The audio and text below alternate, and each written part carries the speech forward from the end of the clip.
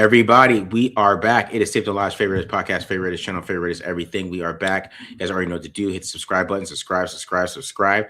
Hit the like button if you like it. Hit the dislike button if you don't like it. Leave a comment if you like it. Leave a comment if you don't like it. Also follow us on Twitter at the Mark John NFL for me, at Glenn Rockney for Glenn, and of course, pandasups.com. Discount code TDL for 25% off. Also, make sure you hit up Homage.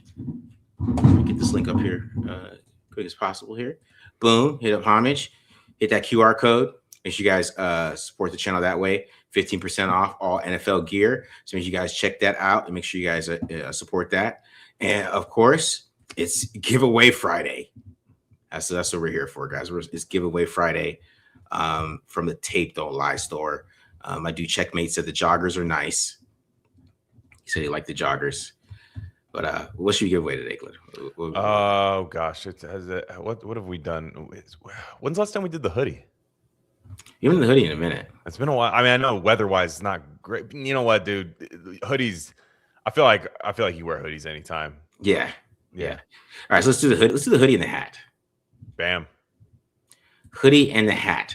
So we'll be giving away the hoodie and the hat today. All right, guys, we're doing the hoodie and the hat. So, like I said, $1.99. It will be on the if you're late to the show or you're just starting it. I don't know if people watch this live stream. Does it restart at the beginning? I don't know.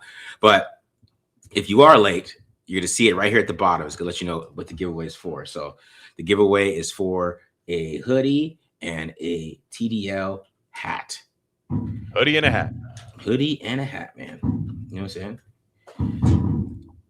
And also, support the store anyways. You know what I'm saying? Go ahead and support the store and help TDL grow. Right? I mean, that's the whole point of this. Help us get bigger here, Mm-hmm. You know what I'm saying, Glenn? So how you doing, man? How you feeling, bro? Oh, I'm good. I just got back from a nice resort in Sedona, Arizona. Okay. Sedona, Arizona. Okay. I was chilling, met a female reporter. Nothing. It's nothing, It's nothing. Nothing. I had a great handhold with them, a great embrace. You do, yeah. And smile, we were doing this. We were listening to the sound of music. That's all we were doing. We were just chilling. I don't know. It looked like a Michael Bolton party. Like they were playing some Michael Bolton. Yeah. To me, it looked like it was like they were taking it back to like Charles Manson, Wicker Man, like back in the day. I was like, man, what's really happening at that resort? Like, is this a story to throw me off the scent of what was really happening there? Is it Bohemian Grove? Yeah. That story is just so damn funny because people don't know this. Like Russini's been getting active like that for a long time. Yeah. People don't like this is. I guess people didn't know that. Like there were rumors about her and Sean McVay a long time ago. Mm-hmm. Rumors about her and Scott McLuhan. It like to the point where the wives were hiring people. Like that was a private investigator that took those photos. Yeah, because her husband. Because she goes on ESPN every day and she's like, "Hey, let me power rank my husband of 1,000 men. He's 997th." Oh man, the abuse that man probably takes at home, bro. I was just thinking about that, man. He probably gets abused. Yeah. You guys don't like Ruben Bain's arm length? Let me tell you about whose length I hate. My husband. Back to you, Greenie.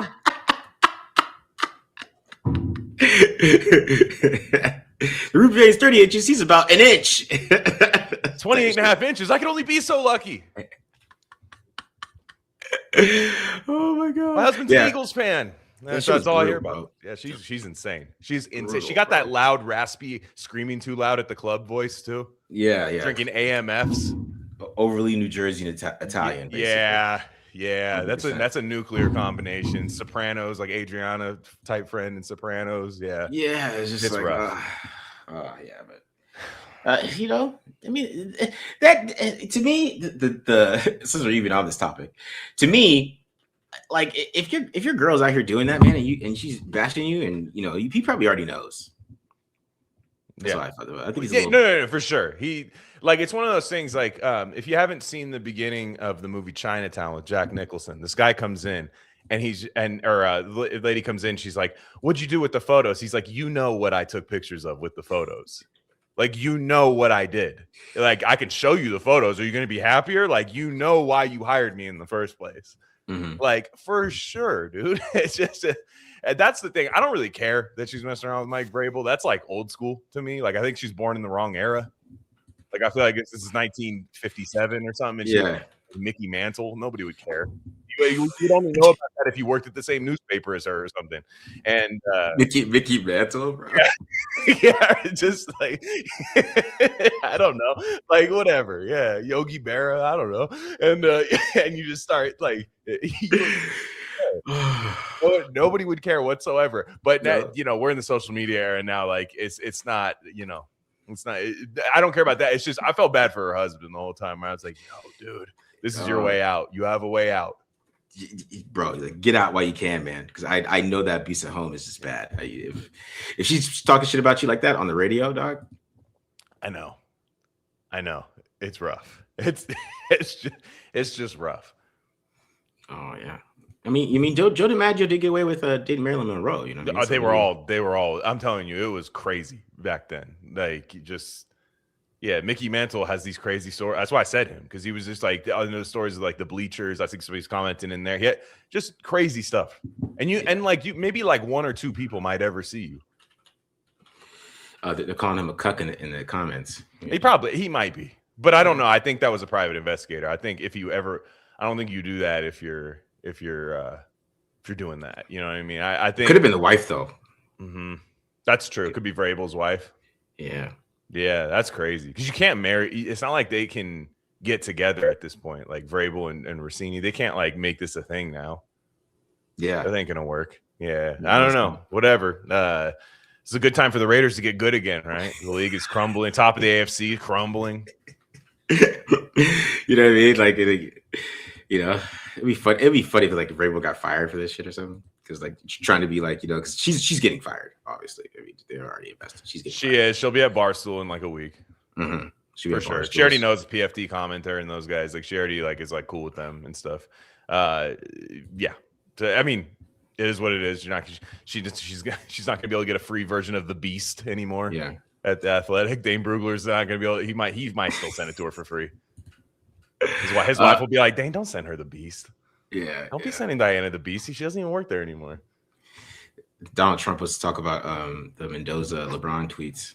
Yeah. It was a George Floyd thing, right? Yeah.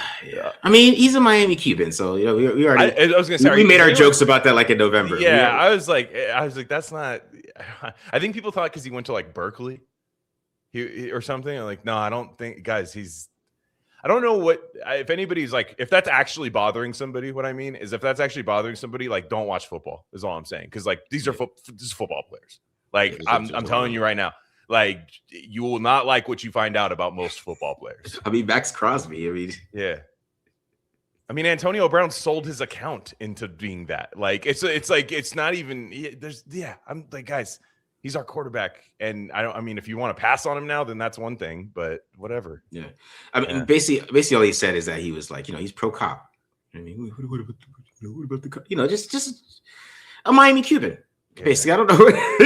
I was just like, it's like, guys, that's I don't know. I'm not. Yeah, what are you gonna say? Like, ask him about Castro. So I say, like, ask him about Castro. I'm sure you'll get some opinions. You'll get some. We talked about this before, though. Like, I called this out like a long time ago. So yeah, that's why. Like anybody people like somebody said that to you, like, dog. Me and Glenn called this out like a long ass time ago. As soon as I saw that. Yeah, I mean, again, I'm not shocked. I believe he's 16 at the time in the comments. People are like, he's probably changed his mind. Like, probably hasn't. Yeah. Probably hasn't, if we're being real. And I think that's just something you have to deal with as an NFL fan, is that the player, like, hit the back shoulder throw. Hit the throw on time. Like, that's the thing that you should be. And guess what? If he's not good, I guess you'll throw that back at him. You know what I'm saying? I guess that's the way it works. But if he is good, man, you'd be surprised who I'd let play for this team. You'd be surprised. CMV with the kid. That's they were grooving in that song. That was the most funniest shit. Every time I see the video, I die, bro. Like that was a whole they're Cuban party. Yeah, I'm just saying, you guys watch football. That's all I'm saying. Like you could. I guess there's other sports you could watch. I don't know, but like a lot of pro athletes, that's how they feel. I'm just letting you guys know. Like it is what it is. Yeah, I mean, this is the most like, bro, like they pray before every game. Like, what is it in a sport that they pray before every game? Yeah, I don't think so, right? Yeah, I'm telling you, biggest two sports bet, Texas and Florida. That's where you play football at, like Texas and Florida, Southeastern Conference, where all the big stars come from. Very religious sport, and that's not a white thing either. Black, white, anything religious, very religious. Every athlete, Lamar Jackson, Jesus is my savior. It's a big sweatshirt saying that too. That's the sport. I'm just letting you guys know that's the sport. Yeah, man. When I'm in Alabama and I feel like the guy might be a little uncomfortable, I just bring up the tide, and it brings us all together. Yeah. He just starts yapping. He just starts yapping about the Alabama, man, and it just eases the tension. Yeah, Jalen Monroe, man. I think he can make it in the league. I like Jalen. I think he can move. He can move. You know, they say he's a runner, he can't throw, but I let football unite you, not divide you. Football is a catalyst to friendship. Should not destroy it. Well, sometimes it can destroy it, but that's because your friend likes a stupid team. That's how it should destroy that. Yeah, maybe. All right. So what are we talking about today? We're talking about you know what I'm saying? We're talking about the Gruden article, which I don't know where that came from. Like what was that about? Like this came out of nowhere. Like it was this total tinfoil hat on this. That's a Mike Mayock's Mike Mayock's buyout is over, probably, in my opinion. I think he ran out of the buyout money, the getting paid not to do anything money. Not ran out. I'm sure, I would hope he didn't run out of that. But he's not getting paid anymore. And I think this was look what I wasn't allowed to do. Yeah. Because I agreed with a lot of it. Like I thought it was frustrating, the part where Gruden was super keyed into like rounds 1 and 2 of the draft, and then thought the draft was like boring in the second half of it, but wanted to be involved on it. But okay, you took Tanner Muse, dude. You took Tanner Muse in a top 100 pick. Like you're not without your criticisms. And to me, the fact that Gruden and Mayock is just an awful duo. And I think that's why I'm happy they have Spytek now, because I just think, is every pick going to be great? No. Has every pick been great? No. Has every signing been great? No. But I feel like you'll see a process that at least you can kind of, okay, they'll go here. They value this. They kind of gauge where the league is when they're making their picks, rather than this, I've been doing this for 30 years. I know how to do, that kind of grizzled dog mentality that just, I'm sorry, isn't really working anymore in the NFL in terms of team building. It works in terms of coaching, because I still think Gruden was a good coach on the field. I still think that works when you're trying to lead a team. But all this is just so frustrating to me, because I actually think a lot of people are saying like Gruden would have fixed the Raiders. I think had he just not been that involved, I think he would have. Yeah. I do think he would have fixed the Raiders for the most part. Like, his, on the field, there was some issues for sure. Like, it wasn't perfect, but it's the last time they had a good offense. Yeah. We'll deep dive the article, because I think Paul Gunter being in the article is more interesting than talk about Mayock. Yeah. You're right. Paul Gunter out here snitching. Yeah, probably, because maybe he was like, I'm tired of being at UNLV. He's at UNLV. Yeah. Some of these questions here. You guys are probably already covered this question, but do you trade AOC on draft night? No, I let him battle out in camp. See what happens, because there's 3 quarterback spots, and you're not paying him any money, really. Like Aiden O'Connell's getting 4th round pick money for 1 more year. So if that's your quarterback 3, I feel pretty good about the room. Now, if he just isn't picking up the offense and has the preseason that unfortunately he seems to always have, then I'm going to, a team that maybe has an injury, team that doesn't like where they're at, team like maybe the Colts or something. Somebody like, let's say like the Colts, who have Riley Leonard and then Daniel Jones coming back from an Achilles. If they want somebody that can start a few games or something, maybe they give up a 6th round pick for Aiden O'Connell or something, 5th round pick, something like that. I don't know. I don't do it now though, because I don't think nobody's desperate right now. Like, nobody's desperate for a quarterback right now, because Ty Simpson would be going 3 overall if somebody was that desperate. Yeah. So they're not desperate right now. They'll be desperate maybe in August. Yeah, see, that's the thing. Like, I just think he's gonna get cut. I mean, Yeah, I he might. think we're being nice here, right? But I just think he's gonna get cut. He might. He's getting cut, man. I just don't see like them being like, oh, there's so much value here. Unless he just like has this balling ass preseason. Like he's got to like ball. Yeah, right. for the Like, first time, really. Yeah. Yeah, and I mean, like, or since his rookie year. I mean, the rookie year had a good preseason, Yeah, but like did. since then, he's been completely ass. Mhm. You know what I mean? So, if he goes out there and balls in preseason, that's the only way that they could make a trade for him, or somebody else get hurt too. Because I don't know who else. I mean, every team has like a veteran starting quarterback. Like the Jets got Geno Smith, the Tua, and Michael Penix. They got Yeah, maybe the McCarthy Cardinal. Like and if the Cardinals don't end up getting Ty Simpson, and they're kind of looking at Jacoby Brissett and what or something, maybe they want to trade. It's like pick swap late in the draft. Like it's not going to be a pick that you guys are all really excited about. You know, like let's be real. So that's why I'm not exactly in a rush to do it. Yeah. Yeah, we'll see. We'll see. Yeah, Vikings is another spot too. Because if they're just out on JJ, because that's who I think is getting traded draft night. I think JJ McCarthy is getting traded draft night. I think he's going to get traded to I don't know where, but like just a team that maybe the Cardinals or something. Like maybe a team that wants to just go, hey, let me take a look. Let me see if I can fix this or something. Teams like that. Those are the guys I can see getting traded draft night. Guys with bigger reputations. Yeah.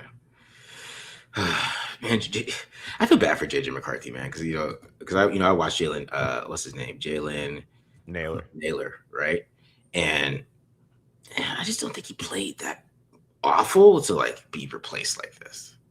You know what I mean? Like it would be different like if he was just like Bryce Young was way worse than him. I agree with you. Right? I mean, like Zach Wilson was way worse than him. I agree. He's just getting benched. Like he's getting traded. He's getting traded because his team was good.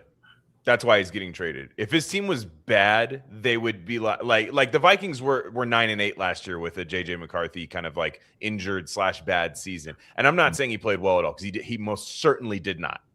But you're right. There's been far worse first years of because I know it's not a rookie, but he missed his rookie season.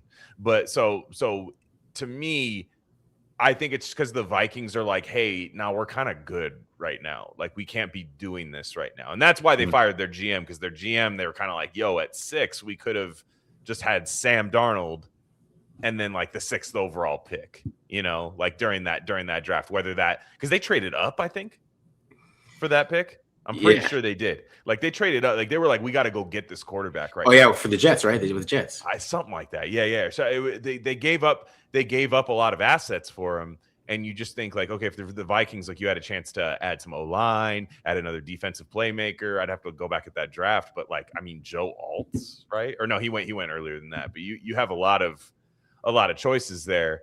And I think JJ would be given more leeway on a bad team. I know that sounds weird, but I think you would. Yeah. Traded up to 9. There we go. Mm-hmm. Okay. I always thought he was 6 for some reason, but I guess not. Baby should be like, he said, Marcus, did my baby mama leave a voicemail today? She went through my phone and thinks Tape Lies is a code name for side chicks.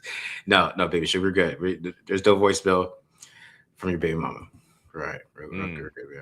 I got a weird call around 3 p.m. I didn't answer. I mean, that would be hilarious. I'm sorry, baby sugar. I would play that. I'm sorry. That would definitely be getting played if that happened. No offense.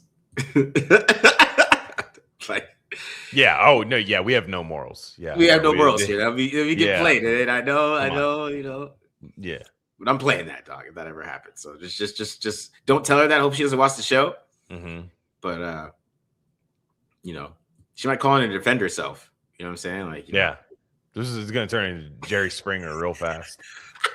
For real. All right. Who a guy that Gruden would have taken with our second pick? Meaning 36? Mm-hmm. 36. Yeah, you think it's 36. I actually think he would like trade the farm for Max Ionichor. You think so? Yeah, because it's like a Colton Miller situation, or like Monroe. Like I know, like Monroe Freeling's going to go a lot higher, but like I think he'd be go get Monroe go get him, go get Freeling, or something like that. I also think I don't know. It's tough to say because we never could figure out what the hell Gruden was going to do. I We just know, knew it was a right? bad player. Like nobody saw Damon Arnett coming at 19. That was like the craziest pick to me. That was just like Leatherwood was like, please don't take a shit. They took him. You know, like that was like, you knew it was a possibility. In fact, you knew it was probably going to happen. Like I said, I have an old reaction to it where I'm just like, they did it. Are you kidding? Of course they did it. But Damon Arnett, because, you know, Henry Ruggs was like an okay receiver for the Raiders, like pretty good and was developing. But even that pick, a lot of us were like, dude, take CD. You know what I mean? Take CD Lamb. Like, what are you doing? You know? And then you're like, okay, let's get it right with pick 19 or whatever it was. Damon Arnett. So you just never knew. It was just one of those things where they thought they were 10 times smarter than the rest of the league. Yeah. They thought they were 10 times smart. Whatever the consensus board is, whatever that is, I poo-poo, throw it in the trash. We know what we're doing. See, because I did that epic mock draft thing earlier with Matt, which we got Caden McDonald in. And I was watching that. I tuned into that part right there. Yeah, that was sick. I was hoping you were going to take Jeremy Bernard. I was going to be mad as hell if you took Jeremy Bernard. That's why we let the fans pick, because it's not me. The fans, they went with that. But I'm looking at this list, and I'm going to go Aiden Fisher from Indiana, linebacker from Indiana. That's what Gruden would take. Yeah, national champion linebacker. No, it's if we're being real, it's Pavia. Oh, we're trading number one. We're trading number one, and we're getting Pavia with one of those picks, and then drafting garbage with all the picks. Yeah. Like, I mean, after that's just the problem, man. I thought Gruden coached the team well, but man, we're still suffering from the bad roster. Like, we're still suffering from that. Yeah, that's what I'm going with. I'm going to Aiden Fisher. He's a champion linebacker, tough. Yeah. Tough player. You know what I mean? Came from James Madison, Big Ten. I mean, I don't know if he's All-American, but he's LT Overton. I'm taking LT Overton. Okay. LT stands for left tackle, and look what he does to left tackles. He puts them in the dirt. He'll hit you, man. And then you're like, Gruden, it's 36 overall. Are you sure? I don't care about it. That stuff makes me crazy when people talk like that. Exactly. It's a good impression. It's a pretty good impression, man. I love Gruden. I do. Yeah. I love that guy. I love him so much. I like Gruden too, right? Yeah. I can't. Anytime I say bad things about him, I'm always like, he's cool though. When Max Crosby tells that story about Gruden having tears in his eyes when he got fired, I get really sad every time. Like when Max goes to his house and he's just like, man, I just love you guys so much, man. He's so hurt, man. He got. But yeah, he was just so shitty at drafting, bro. Like it's just hilarious. Thank you. Thanks, guys, for liking the Gruden. I was hoping I didn't botch that one. Who are we picking at 36? Hopefully, Caden McDonald. Hopefully, Caden McDonald. But like realistically, I don't know. I think they're gonna go like. I think it's gonna be safety, DT, or wide receiver. Like, I mean, I feel like we could just kind of label that out. I don't think there'd be an offensive tackle to take there. And I'm not a Blake Miller fan. If you were watching earlier, I love Blake Miller. That's so crazy that you're not. I just think he's just so big and he's athletic, and I just feel like you should be dominant. I'll tell you what. One missed game in 55 starts. I know. 55 starts, one missed game. The guy's just good. And if I just took him, I was like, it's just a good tackle. Is he ever top of the league? But if I got that at 36, man, I'm a big fan. Now he's gonna go first round. That's the thing. So because you know what I just said right there, NFL teams, especially those playoff ready teams in the back end, they're gonna go shit. This guy doesn't miss games. And I'm with you. He's not dominant. Nothing he does is dominant. But I'm like, man, I don't see him getting beat. I don't see him looking bad. And that durability, I just really like. I mean, the Louisville game, I don't know who that defensive end was, but he was kicking his ass. Okay. Because that's the thing. That's the thing is like he's the same size as Manuel Freeling, bro. Like they're literally like the same guy. And I feel like Freeling is more dominant with that size. Man. So that's this is my thing, but I'm sure I could talk myself into it if they did take him. I just wouldn't be that excited on draft night. Let's just say that. Just because it's like the potential is there, but I just don't think he has that like dog in him that you need from an offensive lineman in the NFL. I guess you know what I mean. Like I did Travis Burke. That's my type of guy. Like I need you to have a little bit dog, just a little bit. You don't gotta have two. You don't gotta have that much dog in you, but I just need a little bit. You know what I mean? Yeah, I'm with you. I just think Blake Miller is just gonna be a good player. Like I just look at him, I'm like, that's a good tackle. It's a good tackle. Hey, Colton Miller's never made a Pro Bowl, but I'm really happy with that pick. Yeah, that's just the way I'm not saying he is Colton Miller. They might be different players. I just mean whatever. It doesn't matter. I don't think he's going to be there at 36. I think he's going. I believe McShay when he says 8 tackles are going in the first round. I believe that. I do too. I believe that. DJ said 7 earlier. Yeah, I think it's going to be 7 to 8, and I think Miller might be Miller and Ionitor are going to be the last 2 probably. Caden Proctor too going first round. He's go first round too probably. They're saying 6 overall, which I think is nuts. What? Yeah, I like Proctor. To the Browns. Wow. They're saying that there's a lot of smoke to them taking him at 6. Really interesting. I'm not a huge Caden Proctor guy, but yeah. I mean, I like Caden Proctor, but not 6. I like him like at the end of the first, late early second. Like I like Caden Proctor more than I like Blake Miller. Okay. I still think Caden Proctor's a guard, but that's just me. I mean, he probably is. I mean, you're probably right about that, but I just as an offensive lineman, he probably is a guard. You're right about that. I think he is a guard. Which again, I'm not opposed to taking. If you think he's a dominant guard, you take him, and then you fill that position. So we'll see. I mean, we'll see. Yeah. What are you talking about? Hey, I didn't play with anybody, but I played against Zach Miller. First of all, Shug. I did play against him.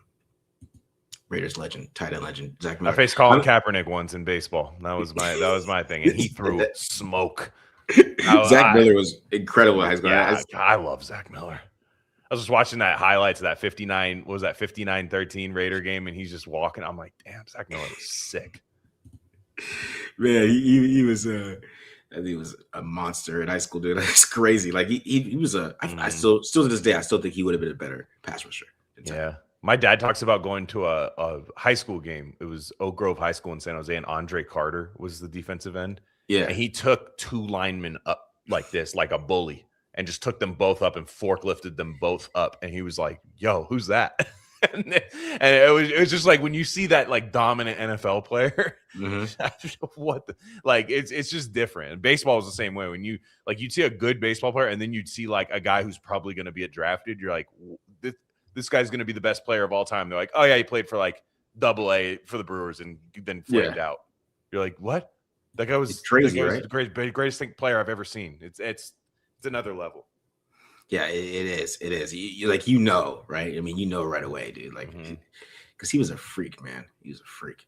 How many of the draft picks have to pan out to stay committed to Spytek? Is there anything in scouting that y'all think he misses on? That's a good question.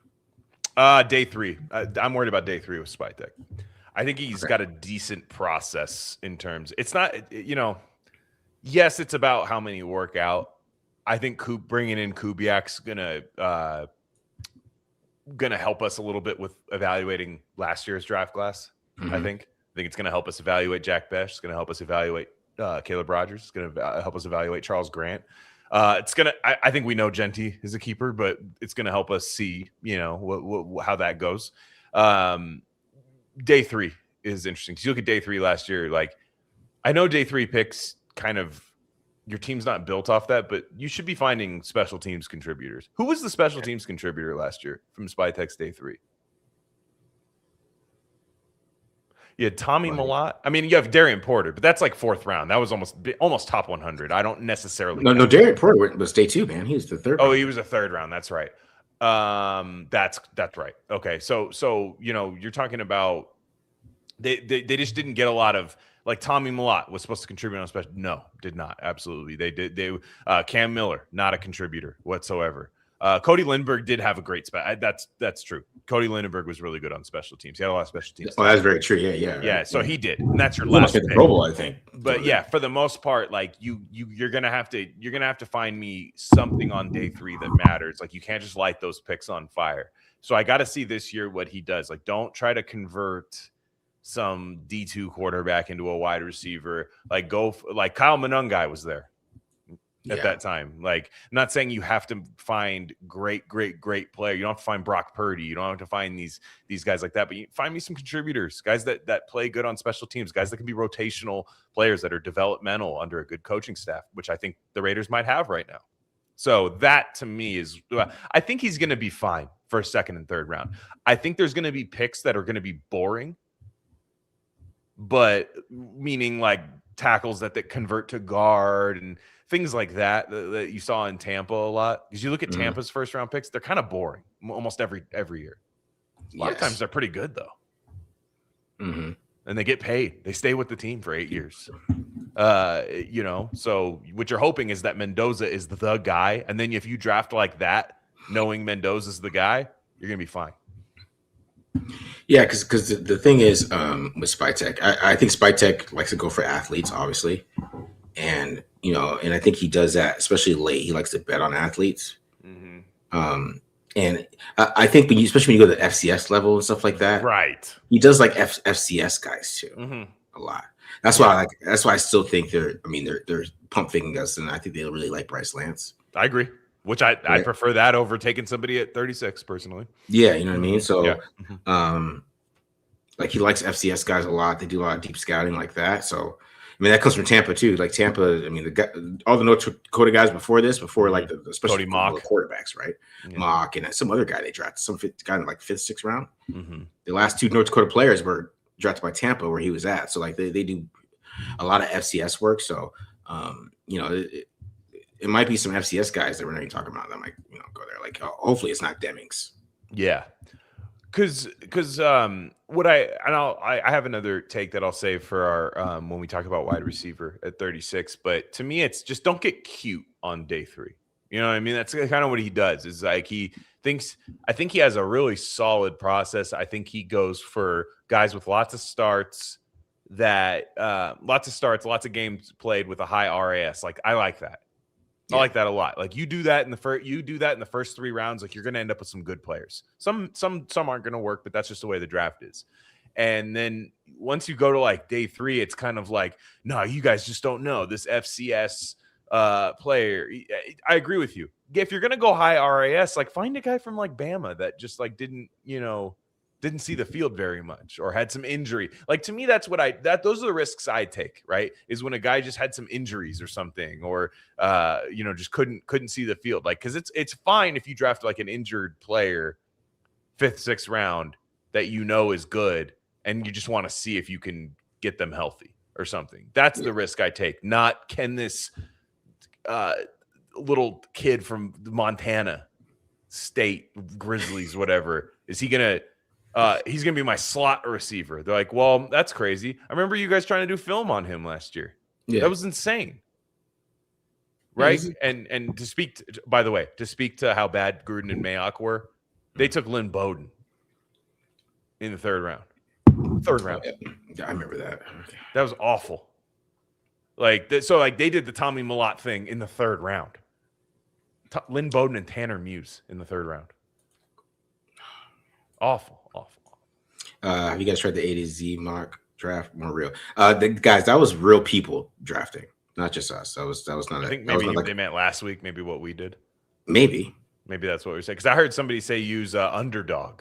Somebody said Underdog's got a good one too. Maybe we'll do another mock. I'm sure we'll do another mock before. No, because I think he asked. Because he was in the other chat. I think he's asking if he used A to Z in the other chat. But so I think this is what he's talking about. But that was live people, guys. That was a bunch of like guys who were mess with the draft professors, and people, they have their guys. I mean, Ted Hurst went 35, bro. I was like, that was crazy. And I love Ted Hurst, but Ted Hurst is 67 for me.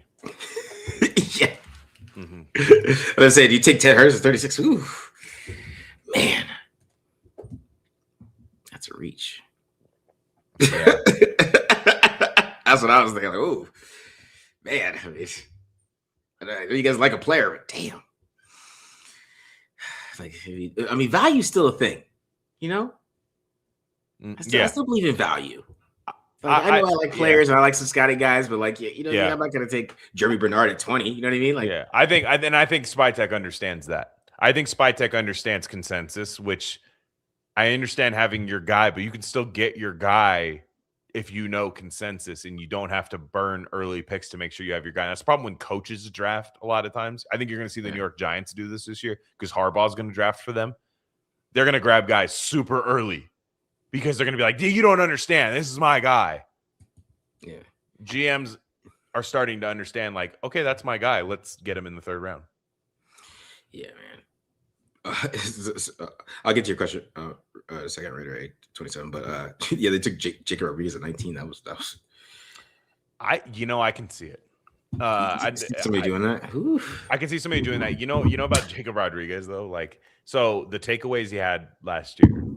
All the takeaways. It's a weird first round, by the way, where by the time you get to that part in the draft, you're gonna start seeing names that don't make sense. I think, and then also like if you don't know Jacob Rodriguez, his wife is in the Air Force. He's got like that story going, his wife. You went about what NFL values. That back to the Mendoza thing. Wife's in the Air Force. She's the real badass. Yeah, she's the real badass. Jacob Rodriguez. She's a badass. Jacob Rodriguez plays linebacker, but his wife is the real linebacker. Yeah. That's some team's gonna do that. I think it's gonna be Jerry Jones personally. His wife's a real linebacker. Yeah, she's the real. His wife's the Ray Lewis of airplanes. Yeah. And that's American football. That's why you can't get mad at Mendoza. I'm telling you, Jacob Rodriguez going a lot higher than you think. I'm saying Cowboys at 24, in my opinion. Jerry Jones, right? Yeah. Perfect. Are you Texas Tech? Oh, I love me some Jacob Rodriguez. I tell you, I watched him play with that oil money at Texas Tech. They brought him in, and he took that football away. That's what we need down here in Dallas. Exactly. Do you think Travis Burke could end up as an undrafted free agent? I don't think so. He's too big and moves too well. Yeah, he'll again take a risk. Take a risk. Day three, he'll do it. Yeah, like a late fourth or like fifth. Like he needs a lot of work. He does, but I mean, it'll be fun to watch him in the preseason just beat up some third stringers. And we have Rick Dennison now, and Rick Dennison's known to develop. So you're gonna have Charles Grant. This is the guy that you take the developmental lineman with. You don't do it with Brendan Carroll. You do it with this guy. Mm-hmm. Yeah. All right. Should we get into Gruden? Let's get into this Gruden article.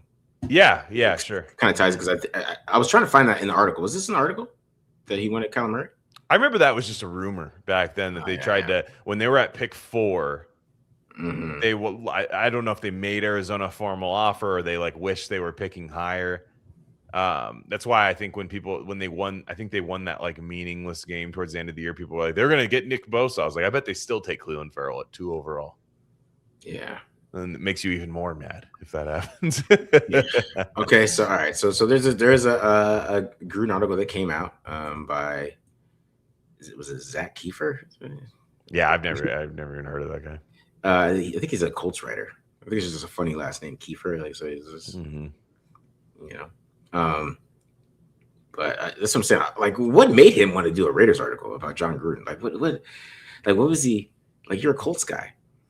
That's why I think Mike Mayock is orchestrating this whole thing. Just in my opinion. Just saying. I think Mike Mayock just tapped in around the league and was like, "Hey, trying to put some respect on my name real fast." Yeah. Hey, like he left in the second round. Look at Max Crosby. Yeah, Max Crosby, Nate Hobbs. Which again, there was but the thing is you did take Tanner Muse and Lynn Bowden. Like you did that. You did that as well. I'm saying. Like it wasn't perfect. All right, so yeah. Was he the one that took a blind guy? Who was the one? Remember David Sharp? He couldn't see out of one eye. Who took him? Which GM took? Was that McKenzie or him? David. I think that was McKenzie. It was like 4th round. They were like, yeah, he can't really see out of one eye, but other than that, guys, this guy is lights out. Orlando Pace. David Sharp. You couldn't see? I never knew that. I didn't know he couldn't He's see. blind in one eye. Yeah. How do you play tackle blind in one eye? Like, He's the how do you blind see a side. stunt coming? He said, I got the blind side, coach. Can't see it.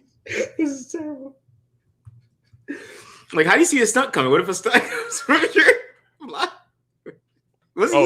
No. Former offensive tackle David Sharp explicitly denied reports in 2017 that he was legally blind in one eye. While rumors suggested severe vision impairment. Okay, so either you're blind or you suck. Those are the two things. Like, hey man, like you can't block anybody. It's like, are you blind in one eye? No, I just suck. All right.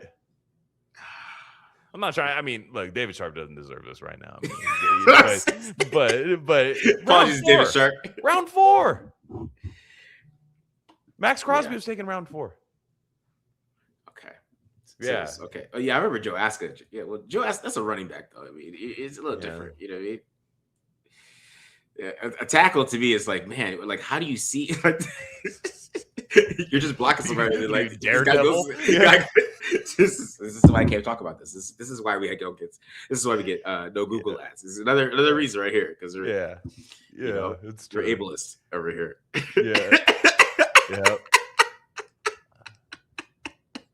I mean, all right, back to John. I am in terms of offensive tackles. You got me. Yeah. I am. Yeah. Oh man, more shocking content for Google. But anyways, back to Gruden article. So basically, Gruden was being slandered. We talk about how he's being dysfunctional, right? Mostly about his staff work, right? I mean, there's really no talk about him calling plays because Gruden was great at calling plays. Like besides the run game, I think that. The passing game, I still miss charting that shit. I do. Like, I'm excited about Kubiak. Man, after like he left, it was like, yo, like he used to do some super dope shit with passing offense. Like just like stuff I still don't see, like mesh corner. Like it's just some innovative stuff that he was still doing like in the passing game. Now, I mean, so this is mostly about his personnel, right? And him in the scouting department. But my favorite quote is the one where he if he like a prospect, he had his assistants come in and put the negative videos up. And the thing is, like, people are getting mad at me when I said that that's something he would do. But I 100% believe that he would. I agree with it 100%. We only see the nice Gruden on, quarterback camp and up and everybody. But when he's in charge of something, when it's his thing, yeah, he's a dickhead, man. Oh, I mean, 100%. in a good way. In a good way. I mean, yeah, I don't know. I don't know. What are your thoughts on the article, Glenn? What do you thought? It's there's a lot of stuff that confirmed suspicions. Like I don't know how much news was there to me. It still feels like somebody trying to cover their ass that isn't John Gruden. In that, whether it's Paul Gunther, though I don't know if Paul Gunther has the weight to make an article like this come out. So to me, I think it's Mike Mayock trying to exonerate himself from the disaster that was the 5 first-round picks, where only Josh Jacobs is the only thing that comes from that. I think that's he's trying to exonerate himself for that. I don't know if he's trying to get a GM job again. I don't know who's going to give it to him. I think you only get one of those jobs typically especially when you're coming from TV. But I just thought it was kind of gloves off for. It was kind of I should say this, putting kid gloves on to talk about Mike Mayock, where it was like, oh, he's this new GM and he did make mistakes and stuff. Whereas with Gruden, it was like he should have known better. And I think we know that Gruden had his hand in everything. And this was Gruden's thing. And if I'm a Giants fan, I fear this about John Harbaugh right now. Yeah. To be honest. I agree, bro. If I'm a Giants fan, I'm going, shit, this is what's going to happen. Because they're just giving John Harbaugh the keys to everything. Harbaugh's a good coach. He has a Super Bowl. So did Gruden. It just, it's interesting. And what this shows you is that it ultimately, whether it's true or false, and I think we've known this as Raider fans for a while, is that the chain of command is necessary in the NFL. You need a GM, you need a coach, and you need scouting departments, and you need all of these things. I just feel like the way the Raiders scout was they would just find guys that won in college and they would go to the championship game and be like, winning college championships means you're a good player. And they were at Levi Stadium for the Clemson Alabama championship and they just drafted from there. That's just what they did. They just filled their big board full of guys in the college championship game. Like it was straight up rudimentary, like boomer. It was boomer. What they were two just straight up boomers. Like if you ever talk to a boomer about football who's been watching it forever, they're just like, they're the ones that are like, I don't know why nobody's taking Tebow. Why isn't anybody taking Tebow right now? Exactly. Like why isn't why isn't anybody taking AJ McCarron, or Mac Jones? Like they get like really excited about it. These guys win because that's the games they watch in college. And it just felt like it was a team run by two boomers. And I don't even hate that generation the way some people do, but I'm definitely glad we have two Gen X / millennials now running the team. I'll say that much. Yeah, because I mean, they're draft picks, bro. Like the Cleveland Farrell one, horrible. Like, Paul Gunter was talking about that. He said he thought they're going to trade back, and that was original plan to trade back and grab Farrell later in the first round. But on the clock, the Raiders panicked. Which I mean, how do you panic?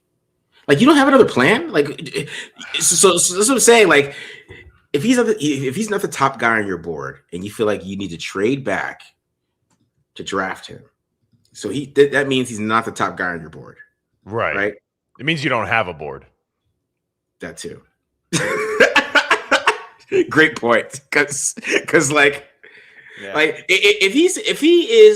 Clelin Ferrell's the top guy on your board, and you're like, we need to trade out of 4 to draft him, so we don't look stupid. Basically, that's basically what the plan is, right? We don't want to look stupid here, right? I don't know if that was Mike Mayock telling Gruden that, hey man, we're gonna look really dumb. Because they sent the scouts home. Do you not remember this? This is my thing. I don't buy this for a second. They knew they were taking Clelin Ferrell because they sent the scouts home. Everybody remembers that right before the draft. It was the Raiders scouts were sent home randomly because they obviously didn't agree with the pick. They're like, this is not the information I gave you. They did the Jimmy Butler gif where they hand them the piece of paper and they just want to throw it right over their head. Like, nope, I don't want that piece of paper that you gave me about this other guy, Brian Burns, or whoever else was in that draft. Was a decent amount of good players that they could have taken there. And they knew what they were doing. And this is the problem when you just get your guy in the first round. This is my guy. If it's a quarterback, everybody understands it, right? That's my guy. But when it's a defensive end, it's kind of like, look, there's kind of levels to this. Bosa goes second. You don't have the second pick. You never were going to get Nick Bosa. So you have to have a plan for this. And if Brian Burns was in the national championship that year, they're drafting Brian Burns. That's the way this works. Like it's that rudimentary. It's that remedial. There's a lot of words with R that I won't use right now, but it's that. And it's just really like it's dumb. And the fact that this article comes out when we knew how dumb it was at the time. Maybe this is for a national audience who didn't know that and just thought they were just making bad picks. Yeah. Joseph C. He's not a Derek Carr fan, I guess, because he's a QB guru. Then why could he never find a QB for the Raiders? He loved Derek Carr, man. What do you mean? Derek Carr played well under John Gruden. He did. Not elite, played well. He played well. That's all you could say. I mean, they didn't play any defense. Yeah, he wouldn't fire Paul Gunther. Yeah, Paul Gunther must have had pictures of John Gruden, and I will say I do understand that with Paul Gunther a little bit. Is you hire Paul Gunther, and I could totally see that being true. Is they didn't tell him they were going to trade Khalil Mack because that happened 2 weeks before the freaking season started, or like training camp, right? It was like right before training camp, I should say. And they traded. They don't get any picks that year for him, which I thought was the dumbest part of that. My bad. So go back. Who are the 5 starters they got rid of? I mean, the thing is that defense sucked. So we're talking about Danico Autry was probably one of them, right? Maybe Jihad Ward. Like who? I was trying to think about that. Like, what 5 guys were there? Maybe Jihad Ward. Mario Edwards. Mario Edwards could have been one of them. I mean, we're not talking about like world beaters here, but these guys are still in the league. I gotta look this up because I remember when I was reading, I was like, "What 5 guys?" Yeah. No, Gunther was awful, but I do understand when you take that job and you're just like, cool, at least I have Khalil Mack. Yeah. and then like, similar thing might have happened to Rob Leonard this year. At least I have Max Crosby, and now you do, but for a different thing. TJ Carey could have been one of them. Yeah, he was technically a starter. Okay, TJ Carey, Mario Edwards. No, Arden Key was drafted that year. Yeah, he was drafted there. Mario Edwards. Was it Justin Ellis too? Justin Ellis leave that year? Maybe. Was he a starter? Yeah, I guess he was. Yeah, he was. Oh yeah. He played 2018. He did. Maybe they're counting like Reggie Nelson. Oh God. They might be counting guys like that because Paul Gunther comes from Cincy. Oh. I can see that. I can see him be like, yeah, starter Reggie Nelson. Somebody like that. David Emerson, I guess maybe. Yeah, again, 5 starters to me. I'm like, okay. Like what? I was like, what 5 starters? Yeah. I mean, what are you talking about? That's like last year. Caillou Blue Kelly was a starter. Right? They lost him this year. I mean, Danico Autry was stupid. That was dumb. Who's the Lorenzo Alexander, the defensive end who goes 10 sacks for the Bills right after he leaves? Yeah, I mean, he was more of a special teams guy though for me. But he gets 10 sacks on defensive. It's like you didn't see this. There was none of this. You didn't decide that maybe this was a thing. Like I don't know. It was just that defensive line was good. Like you could have had Khalil Mack, Danico Autry, Mario Edwards, Lorenzo Alexander. That's a good defensive line right there. If you figure that out. Trayvon Hester play? Did he play? Was he good? Trayvon Hester was pretty good that year too. My goodness, we're bringing up some names. He only played 3 years though, but Trayvon Hester. He wasn't. It looks like he wasn't that bad. He played 14 games. But I just, was it TJ Carey too? Let's see. Yeah, it was TJ Carey. Yeah, that's one of them. That's one of them. Yeah, TJ Carey. So TJ Carey. I'm with Shug right now. Shug's like, these are so many lame ass players. Like, these guys suck. Yeah, I know. I mean, like, let's be real. Like, they're not good. Like, but Khalil Mack's the one, right? Like, Khalil Mack's the one. You trade Khalil Mack. Like, you feel like you could build your defense around that. Khalil Mack's 2 years removed from a defensive player of the year. Because the thing is, probably what Paul Gunther's thinking is that year they did finish really strong on defense. I mean, the offense was just absolutely terrible. Yeah. But they finished really strong on defense that year, right? So maybe that's what he was thinking, that maybe that defense could be good, and they got rid of all the players. Be like, well, at least we have Khalil Mack, and they trade Khalil Mack. That is kind of funny, though. Yeah. That is a stupid ass.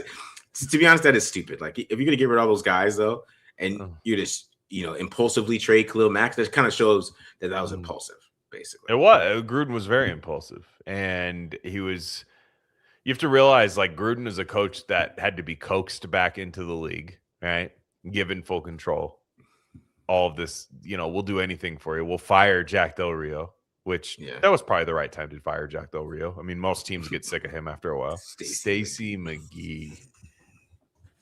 Stacey McGee. Who's the other guy who's like he still starts here and there? What's his name? The guy, the Raiders drafted him in like the 6th round, and he's Shelby Harris. Shelby Harris. That guy's like, that's another one. He could have been on the defense. Like these guys are good. And McKenzie did draft a good defensive line.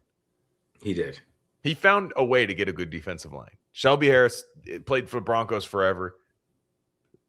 Browns to a little. I don't think Shelby Harris is on his team. I don't see him. I thought he was. Maybe, yeah, but it's either way. I just mean like they got rid of some guys that I thought were pretty good. It was just weird. And like to me, that even then, I will say this: you still could have made the Mac trade work. You could. There's still plenty of ways to make the Khalil Mack trade work. Because if you look at the 2019 NFL draft, which I often do when I feel really depressed. Okay. There was a way. I mean, I'm not saying, I know it's like hindsight's 2020, but the fact is we knew the Raiders picks sucked. Let's say they keep Josh Jacobs. Let's just say, okay, Josh Jacobs is one of the picks. No problem. It's admittedly not that great of a draft, but like they get Trayvon, is it Trayvon Mullen? Was he in there? No, like Deebo Samuel's in that draft, right? Byron Murphy's in that draft. Montez Sweat's in that draft. Like you could find a way to like get good players in that is what I mean. Where else are we going here? So the Raiders take Trayvon Mullen. Elgin Jenkins goes a couple picks after Trayvon Mullen. You know, and I didn't even hate the Trayvon Mullen pick. It wasn't even like that bad to me. I still respect. AJ Brown is in this draft. Do your scouting. Like, and I'm not saying like Dexter Lawrence is in this draft. Like, if you're gonna make a shock pick, at 4 overall, take Dexter Lawrence, right? And guess what game Dexter Lawrence is playing in? The championship game that you guys are all at and drafting every player from. Or take Wilkins. That's true. We could have got the good years of Christian Wilkins. take Brian Burns, Chris Lindstrom. I mean, like there's guys like I'm not even saying these guys are Josh Hines Allen. I wanted Josh Allen. That's who I wanted that for. Yeah, and he's a good. Him and Ed Oliver. He's a good player. You know what I'm saying? Like it's just like Hollywood Brown. I mean, like I don't even think Hollywood Brown's that good, but hell, Cleveland Farrell. If you're gonna make a shock pick, do that. You know what I'm saying? Like, and it's just like if you come out of that first round, is this amazing? If you come out of the first round like this, and the answer is probably no if it is. But if you come out of the first round with your shock pick at 4 is like Brian Burns or Ed Oliver, or something, and then your second pick is let's just say Josh Jacobs, and then your third pick is Byron Murphy or Debo Samuel, you have a chance to at least like replenish your team, and do that. Like you have your chance, right? And then let's go to 2020, right? When Henry Ruggs is drafted, right? You're at Henry Ruggs, who again I don't think is that terrible pick. Tristan Wirfs goes a pick later. That's the problem, right? Because you have Colton Miller. What if you had Colton Miller and Tristan Wirfs? Like what if you had that? You know, like I'm just saying, or CeeDee Lamb. Like CeeDee Lamb would have been perfect, right? T. Higgins is in this draft as well. Jonathan Taylor is in this draft. I know you just draft Josh Jacobs, so that probably would happen. Antoine Winfield Jr., you know, legacy name. Gruden loves stuff like that. Why is he not drafted? It's just there's just a lot of I know some people go, what does this do? I just mean there's players you could have taken. And I think I know the Raiders maybe didn't have the greatest coaching staff, but I think they could have made Tristan Wirfs work. I think they could have made CeeDee Lamb work. Obviously, Justin Jefferson's there, but Justin Jefferson's weird because people were a little down on him in the draft. He wasn't exactly the Justin Jefferson we know now. Xavier McKinney, Robert Hunt. I mean, good players. Jalen Johnson, Trayvon Diggs. I mean, these guys are everywhere. So you can do this. And people are saying, get over it. Well, the article came out. That's why we're talking about it. I was going to say. There's like a fake mock draft, a fake trade show you can go watch or something. Also, I'm not over it till we start winning again. So that's article dropped this week, bro, and talking about it. That's what we're talking about it, Doc. Yeah. So what I mean is, like, again, there was a way to make that work. Even though, like, was it the right move to trade Khalil Mack? Maybe not. But you still could have gotten it. Didn't have to be this bad, is all I'm saying. Yeah. We'll see you later, Undertow. Yeah, I don't care. Yeah, bye. What? Yeah, man. Like nobody cares, bro. Yeah. You guys talk about stuff. So you guys talk about an article that just dropped on Wednesday. I had the Tumblr in my cart. I'm about to remove from cart. Get out of here. An article just dropped on Wednesday about John Gruden. Y'all shouldn't talk about it. Get out of here.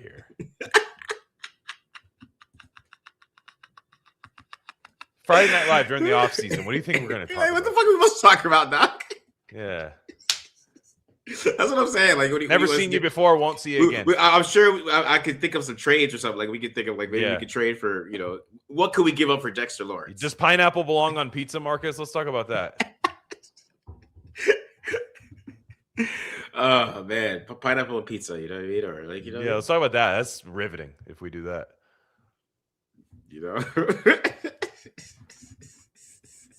I hope we leave this in the past. Like, start winning again, and then I don't care. And then we don't have to see these articles anymore. You know what I'm saying? Oh yeah, give my plumber advertisement. A local guy, like a local Arizona plumber. He is a local guy. He's a local guy. He's a local guy. You need a big banner in the background, like a little league field. He needs to sponsor the show. I think he should sponsor the show now. He should do a commercial for all the Tape Don't Lie fans. You live in Arizona, you need some plumbing. I'm your man. You know what I'm saying? We can get an article, get a sponsorship with that. You know what I'm saying? And the reason we're still talking about it is because the team has not corrected its roster from this. Like the way you get rid of this is by winning and drafting well. Oh my god. That's why we'll be talking. And guess what? We'll be talking about it 10 years from now if they don't fix this. Yeah, man. Like this is something you can only cure by winning and having good players. I'm dying at that, dog. That's hilarious. It's 26. Get over it. Like, well, I mean, the article's just like, yeah. Tell the writer to get over it, bro. Why'd it come out? Yeah, exactly. I mean, it's not an article that made me happy. Yeah, it was just stupid. It was kind of dumb. All right. Why is the narrative that Mendoza isn't that good or worth the one pick because the rest of the class isn't considered good? I mean, put that up again. I just want to make sure I get all the answers. Oh man. Why is the narrative that Mendoza isn't that good or worth the number one pick because the rest of the class isn't considered good? It's weird because it isn't. I will say the first round of this year's draft is not good, in my opinion. Like in terms of a first round. I don't think the draft is bad. I think the first round is kind of lackluster.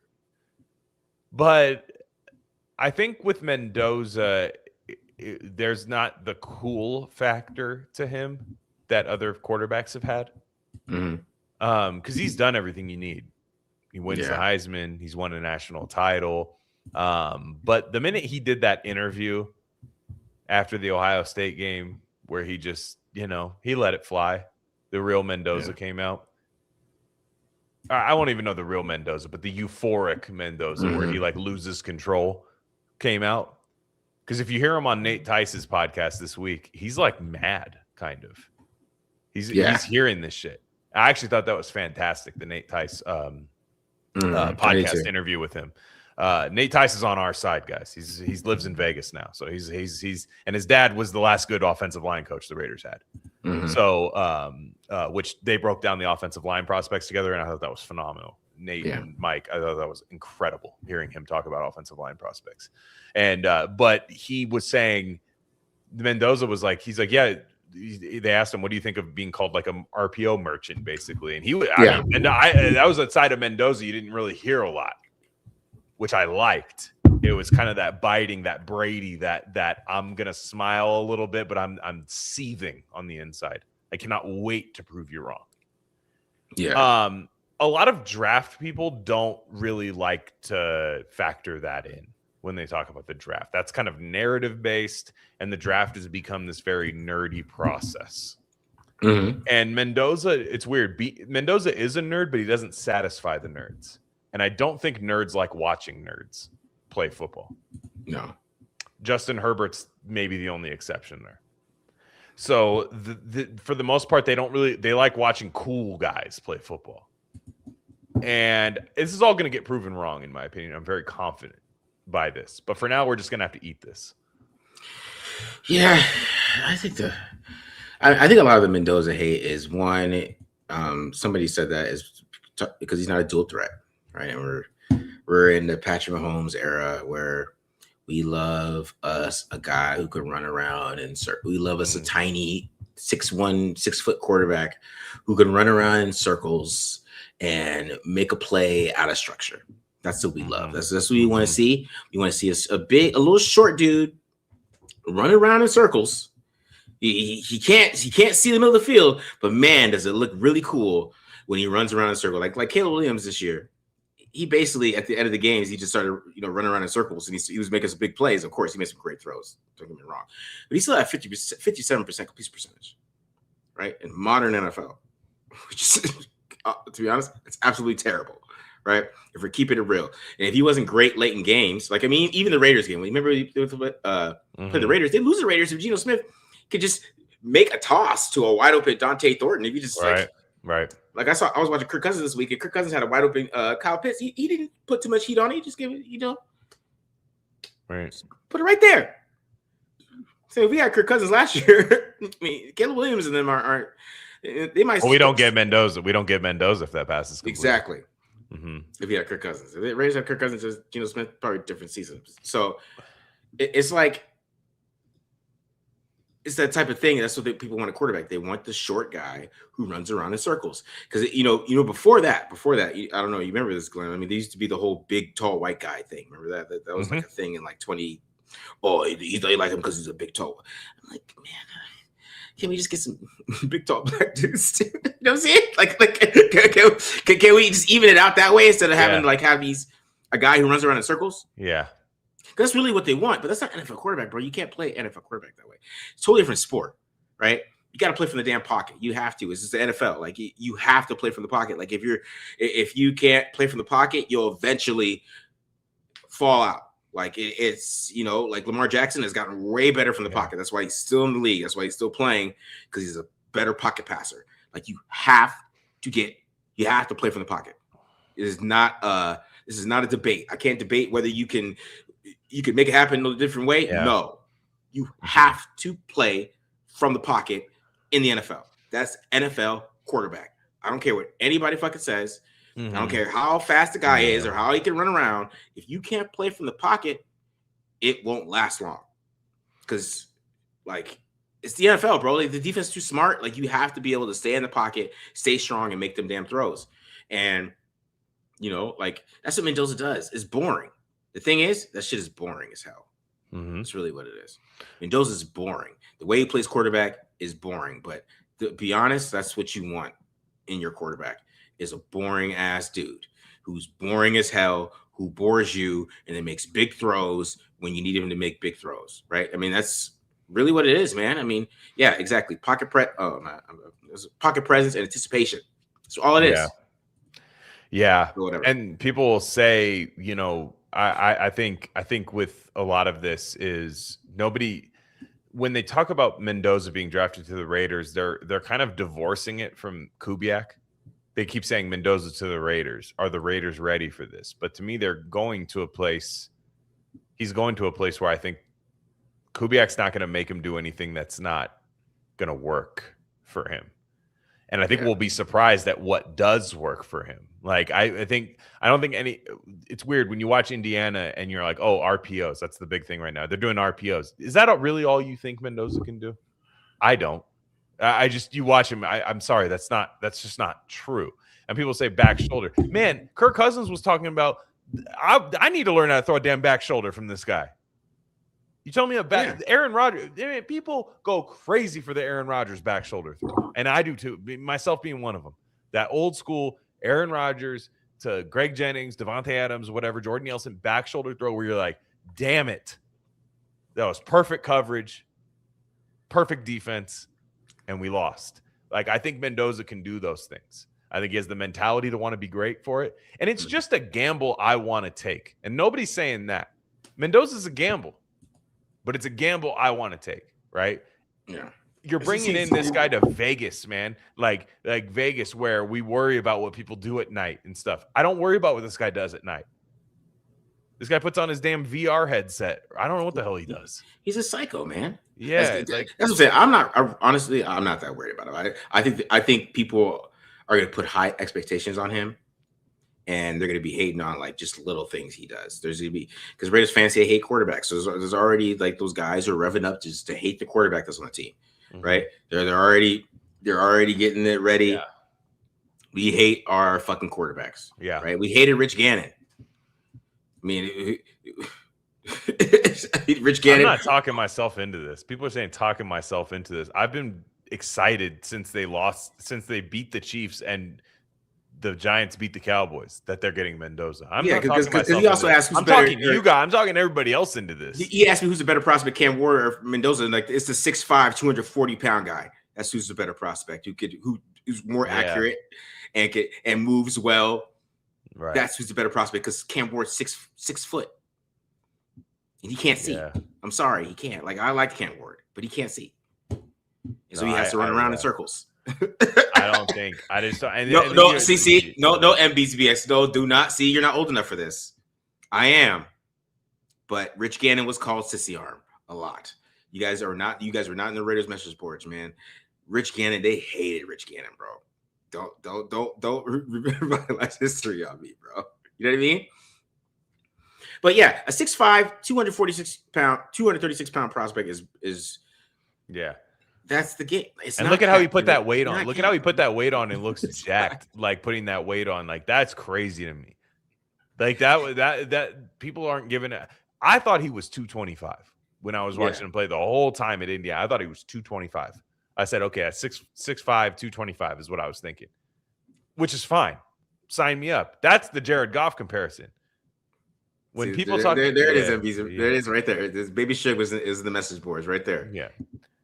Call a noodle arm. Go ahead, but what I mean is like to me, like when people want to do the Jared Goff comparison, which again, I'm telling you right now, I don't even think having Jared Goff right now would be that bad under Kubiak. I think he would cook super hard. If you just put Jared Goff and Clint Kubiak together, it'd be the best quarterback shit Raider Nation seen in a long time. But I think it's more than that because Jared Goff is not jacked like that. Yeah. He's just not. And Jared Goff's biggest problem is when he has to create a little bit. And it's just a problem that he has. It's why they're going to constantly have to add to that offensive line in Detroit. They're going to have to flip Penei Sewell to left. They're going to have to do all of these things. That being said, I want Fernando Mendoza to have a good offensive line, but I think he can do a lot more. There's a reason it's not a debate right now in Vegas. Yeah, I just you know what I'm saying? Like people like this. I'm saying like you're doing the he looks the part, like, bro. Yeah, he does. Come on, guys. Like this is NFL quarterback. Like we're talking. He looks the part he won. This is my problem. This is my problem. Like, and that's why I hate talking quarterback with people. I really do, because like we have allowed these short guys to run around in circles and not do anything. And then Sam Darnold wins a damn Super Bowl because he's 6'4". Mm-hmm. You know what I'm saying? like I'm sorry. Jalen Hurts is getting ran out of the league. Like they're trying to run him out of the Eagles because he's 6'1". That's why he struggles. He's 6'1". He can't see. Right. Tua 6'1". They can't see, bro. I'm sorry. Like Brock Purdy even told you, like, I throw blind all the time. Like I have no idea what the hell I'm looking at. Caleb Williams literally threw an interception against the Rams because he can't see. Like it's just like, dog, he's not Blake Bortles, bro. Like, come on, dog. Come on. I think we have a troll in the chat right now. Yeah. But it's whatever. It's whatever. Yeah, Blake Bortles looked the part. You should draft a short quarterback because of Blake Bortles. Blake Bortles. All right. Do we really know which picks where Spytek was cool with last draft? I still question if Spytek drafts a running back at number 6 after drafting a guy like Bucky Irving in the 4th round with the Bucks. That's fair. That's a fair question. I'm not sure. I do think he wanted a hit for his first pick, though. Like I think he wanted one. Like, let me get this safe one. And I think the top 10 last year was not good. People are talking about this year's draft. Last year's draft was not. The top 10 was not.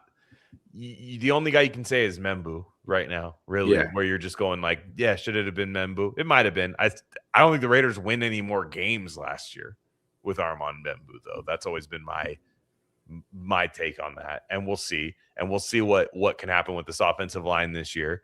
I think the Raiders win 3 games with Genty last year. They win 3 games with Membu last year. Sorry. That's just probably what happens. And but Genty immediately can look like a superstar this year. I thought he looked excellent last year. I mean, I just really better than I even thought he ever could be. And I think Spytek wanted a safe pick, but I also think Carroll was like, yeah, take Genty.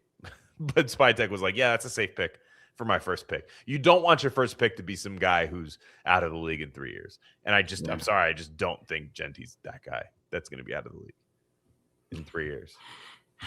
Baby, I'm saying, Baby Shug was I'll tell you, these people hated Rich Gannon, man. Yep.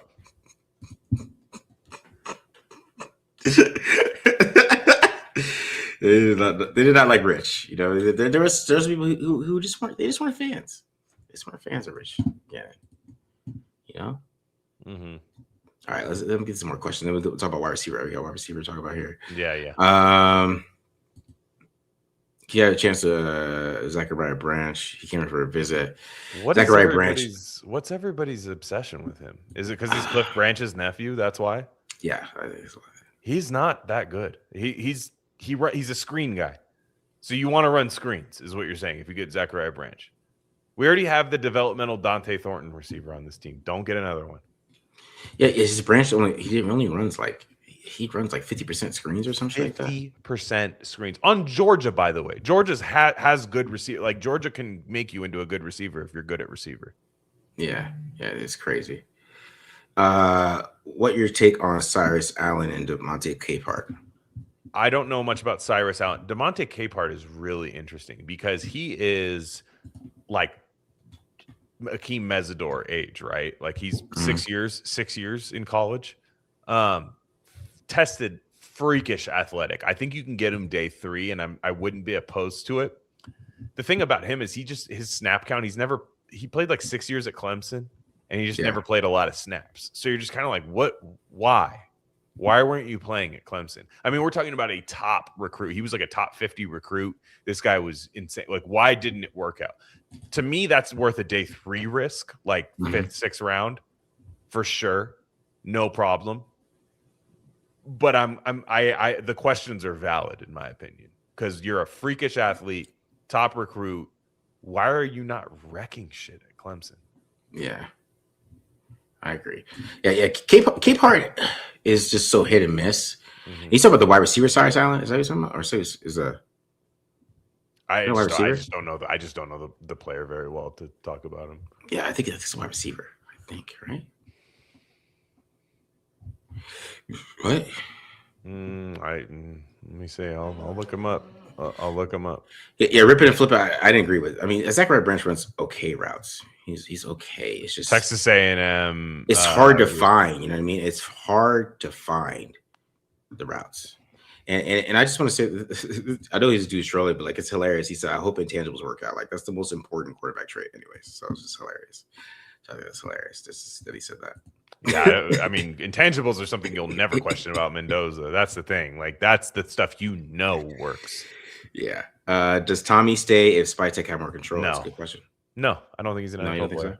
I don't think he's an NFL player. Tommy Malott. He's not an NFL football player. Nobody else thinks so either. Yeah. All right. This is Spytek's first year with his own staff, so it'll be interesting to see how that changes. What if Ione falls to 36? Not happening, but yeah, you sprint the card in. 100%. Yeah. All right. Yeah, fuck, he's a monster, but I doubt that happens. He won't get past the Chargers. Hell no. No, I think he's going. I think he's going higher than that. What should we expect from the defense this year? My bad. No. It's not a big deal. The defense, I'm not very high on it personally. Now, if you add a Caden McDonald at 36 to me, somebody that can control and just kind of be the center, the nucleus of the defense, kind of just be that person that takes on the double teams, allows the edge rushers to eat. I could be talked into that. I just think the defense is a multi-year project. We're going to talk about wide receiver in a minute. Me looking at this defense makes it really tough for me to go after a wide receiver right now. So that's the preview to that take. Exactly. Do you see a situation where we trade back into the first to just get a 5th-year option for the player? No, because it's not a quarterback. Yeah, that's very true. Yeah. Someone might do that for Ty Wilson, but Simpson. Yeah. The Cardinals should, in my opinion, the Cardinals should do that. And I'm hoping he's there at 36 to where the Raiders could reap the benefits of a trade up for Ty Simpson. But really, a team should go into the first round to go get Ty Simpson to get that 5th-year option. Yeah, Baby Suge really like Cyrus Allen, man. I mean, he was okay. I'll take a look, Suge. I'll take a look. He was cool at the Senior Bowl. He was Texas A&M and then Cincinnati. Yeah, I believe. Yeah. I've only watched a few Cincinnati games this year just for gambling purposes, so to focus on him, I'm not going to lie and say a take that I don't believe because I haven't watched him, but I'll give him a look. Yeah. Is Pons a better prospect than Upton Stout last year? Stout was a kind of dog on the 49ers. I think Pons is pretty damn good. Like the thing about Pons is like point to me the thing he does bad. The only thing people are mad about is his size, but I don't know, man. He ran that speed that he ran at, and he hits I think he's better than Upton Stout, and Upton Stout is good. And I'm all for D'Angelo Pons at pick 67 if he's there. I don't think he's going to be there, but I'm all for him there. If that's the case. Yeah. People want me to watch Eric McAllister too. I like McAllister. I heard there's some off the field stuff with him. He's a little skinny too, but that's a dart throw. That's a day 3 dart throw for sure that I take. If they never traded Khalil Mack, is he still on the team? Probably not. I mean, let's be real. It's the NFL. I don't think so. Yeah. Not with as much time they've changed coaches. The problem is they've changed coaches so many times. That's what allows players to leave.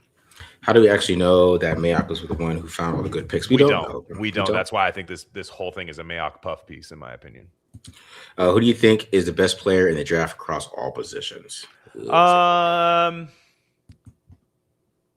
Across all positions, I'm gonna say Sonny Styles. I think Sonny Styles is like Hall of Famer. I think he's just a monster. And then Mendoza's 2, in my opinion. Overall, see, I would go with Mendoza, number 1. Yeah, it's fair to say. But I think Styles is just a monster. Dan Brugler had Mendoza number 3. He had, I forgot who was number 1. Probably I had that beast. He has Reese, I think, is number 1. Reese number 1. Brugler, which Reese to me, I think he's going to be good. I think the Reese, you really have to trust your coaching staff. And if you're picking in the top 3, how much do you trust your coaching staff in terms of to develop a linebacker into an edge? It's not as easy as people say. That's my thing about Reese. I think off the ball, Reese is like incredible, but nobody's going to ask him to do that. They're going to make him play edge. And that's what bad teams do, is they make you do something that you think they need. They're like, well, I need you to be this. Whereas if Arvell Reese fell to like 14 to the Ravens, they just would be like, hey, you could just do whatever you want with us, whatever you're good at, you know? Did you guys see me promoting TDL on the Raiders last live? I didn't. The Raiders last live? Was that the Cousins? The Cousins one? What did you say, baby Shake? I didn't see that. Yeah, what? No, tag me in that. Post like a screenshot or something. Tag me in that. I would love to have seen that. Yeah. What if they pass him Mendoza Robocop? I mean, Cousins didn't look that bad on film. I've been watching Brock Cousins feel bad, and come on, man. He doesn't look that bad. He just doesn't look that bad. It's just like, and you watch it like the Falcons make the playoffs if he starts to. That's a damn good Falcons. First of all, number one, that's a damn good Falcons offense. Yep. Like Michael Penix, he got some explaining to do. I'm telling you, first off, I've always put me on record. I've wanted them to sign Kirk Cousins for a long time before this season even happened. Like, go get Kirk Cousins. Like, I think this guy's a good, steady player. I think it's really. I just think he's the right guy for this team. I like his fit with Kubiak, and the arm's not there anymore, but he's smart as hell. He's smart as hell. We'll know the limitations. He's tough too, man. He's tough as fuck. Yeah, and I think he gets it. It is dead. No, his arm is dead. No, get me wrong. That shit is dead. Shit is dead. No. Yeah. He's not ripping throws. There's gonna be some throws where you're like, damn it. If it's 10 yards, you can get some zip. 10 yards. Yeah. There's some zip there. When you get to like the 15-yard out, man, that shit is gonna die about 12. Yeah. He's dying gonna see it though. The good thing about him is if there is a throw 15, 20 yards, he's gonna see it enough to like maybe be able to get it there. Like he's gonna see the thing, but yeah, he's got some problems. No, because I was watching. Somebody brought the Bucs game where he played really well, and I watched that game, and he had this one throw like at 10 yards. I was like, oh, hey, there's a little zip there, but then like 5 plays later, he like bounced it to like Maury on a 15-yard out. I was like, oh shit, that ain't gonna happen. That ain't gonna work for me. Is there a first pick after Genty that would have helped the Raiders win more games? I don't think so. I think they were doomed last year. Yeah, because who would that have been? I mean, like I said, you take Membu. The reason people will say take Membu, it's for the team building process over 10 years. They're not saying it for 2025.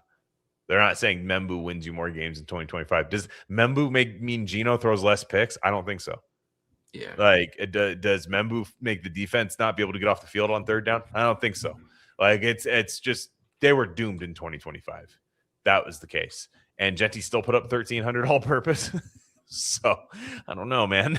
Like I think people are sleeping on him this year. Like I just think people are sleeping on Genty right now. Like, I think he has just put up 2,000 all purpose and 15 touchdowns.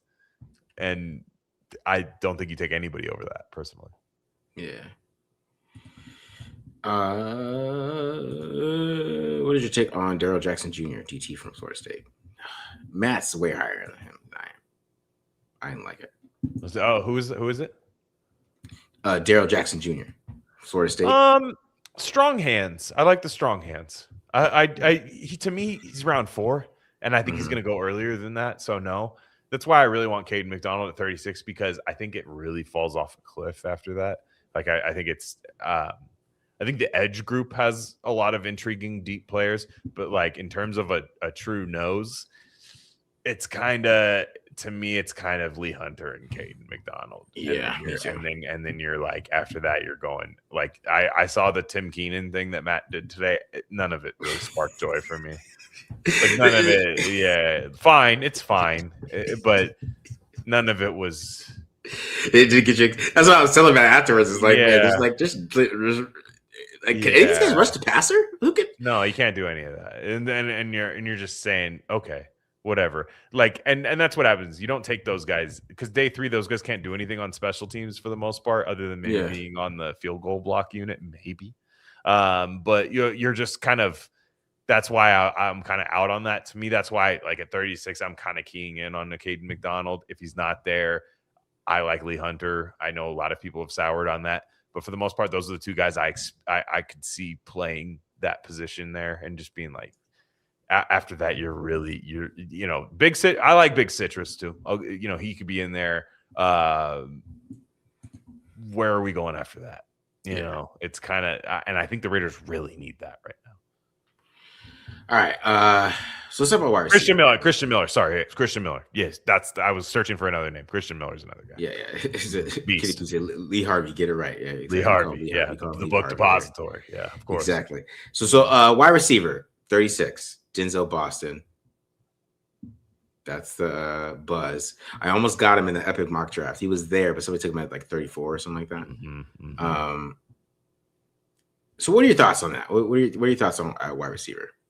So I'll start with would I take Denzel Boston at 36? The short answer to that is yes. But here's the holistic Raiders team building answer.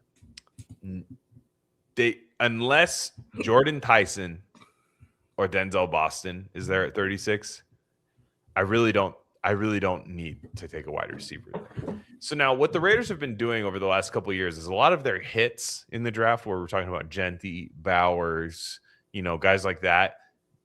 Those are kind of decadent picks, right? They're definitely the core of your team, and they're definitely big parts of the team. They're guys you love. They're gonna, people are gonna buy the jerseys, all of that. But I think this year the Raiders need to be disciplined, and I'll say it right now, they need to eat their vegetables. Vegetables are boring. I eat a lot of them. Marcus, I'm sure you eat a lot of them too. Yes, I do.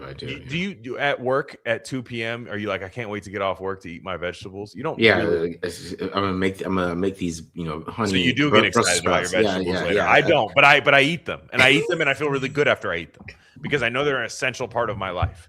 And to me, like nose tackle, guards, tackle, like they need to get their edge. I know edge is different. Edge is like fruit to me, where it's kind of like it's not candy, but it satisfies the sweetness craving. You need it. Like edge is kind of like that. But the Raiders need to eat their vegetables. Like stop drafting these fun players. Like you've done it, it's fine. But this year this is where the draft skews to is the trenches a little bit. Like get after the trenches. Do that. Like you're not going to be a good team until you do it. Just like you're not going to lose weight until you start eating your damn vegetables.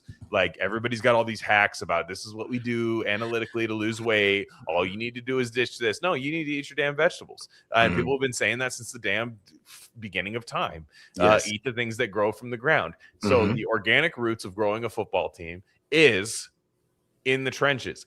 And at 36, if a wide receiver is looking at you, like a Jeremy Bernard, one of these guys, you're going like, okay, that could help my team. I definitely know it would, but I also know that I need a lot of these positions that maybe the highlight reel is not going to excite my fan base the minute I draft them. Like the Caden McDonald highlight reel is good for sure. Don't get me wrong. It's run stop after run stop after run stop, but it ain't the same as a Denzel Boston or Jeremy Bernard reel.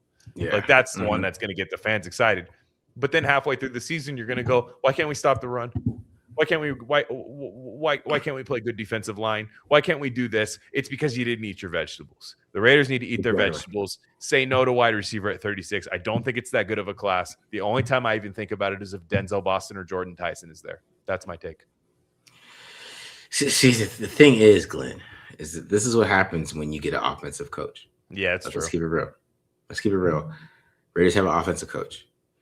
And I tweeted this out after seeing, like, I think it was like Chris Bell and Ted Hurst got advice. Like, Chris Bell was there today. Yeah. And I was like, man, he must have just watched the film and was like, you know what? I can't do this. I can't do do you think it was Besh?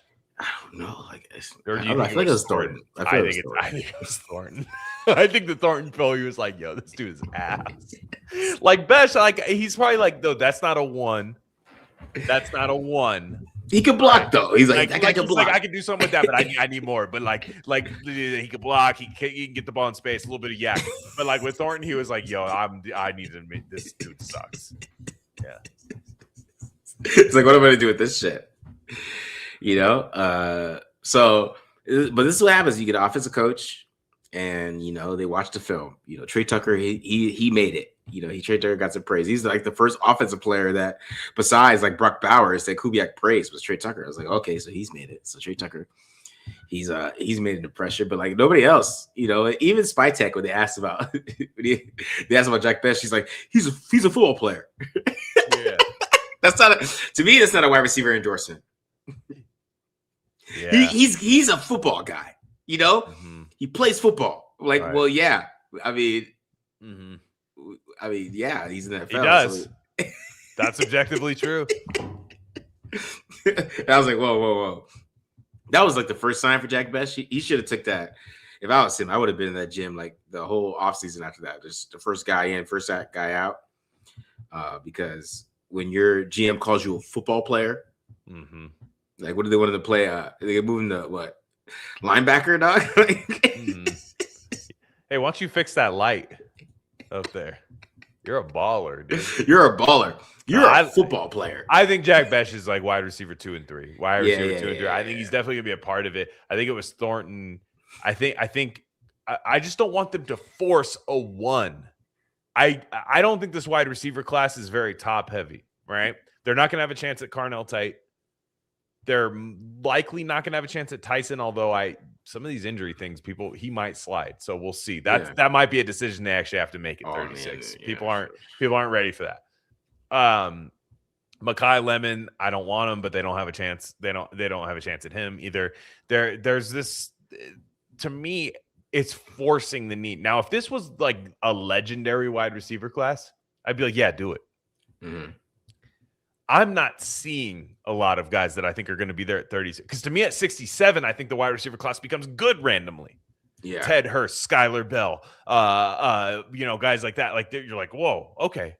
Now you could talk me into this. Like if I was able to get a big, fat trench player at 36, whether it's a Caden McDonald, whether it's a Chase Besantis, whether it's somebody like that, somebody I know that up front makes me better. And then at 67, I come back and get a receiver that makes a lot of sense. But if I force wide receiver at 36 and then I'm like, who's my nose tackle this year?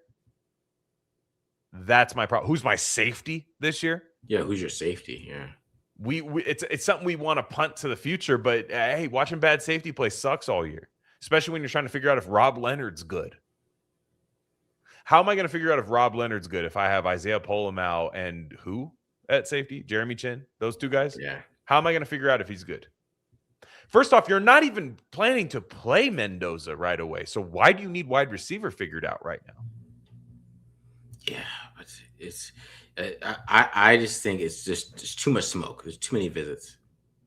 Too many visits, man. No, it's true. They're definitely thinking about it. They're definitely thinking about it. because I like Bernard. I do. I do think 36 is a little rich, but I still like him. I think he's a good player. I think he's a good fit for what they want to do on offense. Who is this? Sorry, Jeremy Bernard. My bad. He just what is Jeremy Bernard's ceiling? he's a great possession receiver. That's my thing. Is I'm just like with some yak. He's a West Coast guy. Like the yak. Sure. Catch a slant, make guys miss. I'd love it at 67 mark. At 36, I'd go. I passed on a couple guys that I probably a little bit better. 36 because there's just so many better defense players in this draft. That's exactly right. Right, and you can get a guy like Bryce Lance, who I really like, or Skylar Bell, or somebody like that later on. Skylar Bell's the one for me. I honestly, Skylar Bell and Ted Hurst are the two guys for me. If I can get them at 67 and then go right back to drafting defense or maybe some O-line, I just think this draft needs to be the vegetable boring draft that after a while you're going to go, hey, I dropped 10 pounds and I look good. Why'd that happen? Oh, those boring ass draft picks I made, and the Raiders haven't really done those in a while. Or at least have had any that worked out. And, they need a lot, and they're not going to fill every need. To me, but I think Denzel Boston's like really good. So to me at 36, that's when I kind of think, okay, I think this guy's a really good player. And I think a lot of the draft nerds don't like him because he's big. Because he's big and didn't do the Senior Bowl or something. Like, I saw a really funny tweet where it was like this guy mocking a draft nerd. And he said, no, I'm not really interested in Denzel Boston. He can't separate. Give me the 155-pound Senior Bowl participant. Mm-hmm. Like that's how like people view a lot of these guys now. I think Denzel Boston's a good player. I think with the back shoulder capability, I saw Mina Kimes and Solak and these guys kind of saying the same thing. But at the same time, I'm kind of thinking like, man, if I'm looking at Caden McDonald versus Denzel Boston, I feel like Caden McDonald. I feel like to me that's going fast food drive-through versus good, healthy, nourishing meal, right? Where you're never going to regret eating the nourishing meal. However, you're not exactly looking forward to it a lot of times. Yeah. So to me, I'm kind of like the Raiders need to kind of just do that. They need to be kept at the table. You're not leaving this table till you eat your vegetables. Yeah, they got to go defense, man. They need young defensive players. They have enough young players on offense. But this is what happens. You get an offensive coach, man. I'm telling you, like he can't help himself. He can't. I think you're right. I think the smoke is. I don't think it's a smoke screen. I think they are bringing in these receivers because to me they're not. I was talking about this, by the way. Shout out to the NFL Stock Exchange Discord. Yeah, I joined that. Okay. You need to start a TDL Discord. Me and BD thought about that a long time ago. No, that's the way to go. You need to do that because I was in there. There were people that said, "Hey, are you the guy from Tape Don't Lie?" I was like, "Oh, that's tight. That's cool." Like I was like somebody messaged me on there. I was like, "Yeah, that's me." Anyways, but I had left a comment, and the guy and I was like, "Damn!" So people are watching. That's nice. Yeah. And what a lot of people were saying were like, it's not a smokescreen because they're bringing in guys that are drafted in a certain range. It's all guys that are going to be drafted in the top 100. Yeah. They're not bringing in any day 3 receivers. They're bringing in guys that are going to be drafted from 36 to 67. Like it's so true. It's so true, man. It's quite clear they're bringing in guys to draft with those 2 picks. They're not bringing in Chase Roberts, Eric McAllister, like these guys that are going to be drafted day 3. What? Brandon, a classic Coors? Where are we from, bro? Man, all you gotta do is put on Caribou Lou, buy Tech 9, get your Coors Light. A classic Coors, like the tan can. The tan First off, that's Denver Broncos beer, so no. Oh man, a classic Coors, bro. I am sorry about the food references, guys. I did. It's all right. I did go overkill. I was trying to prove a point.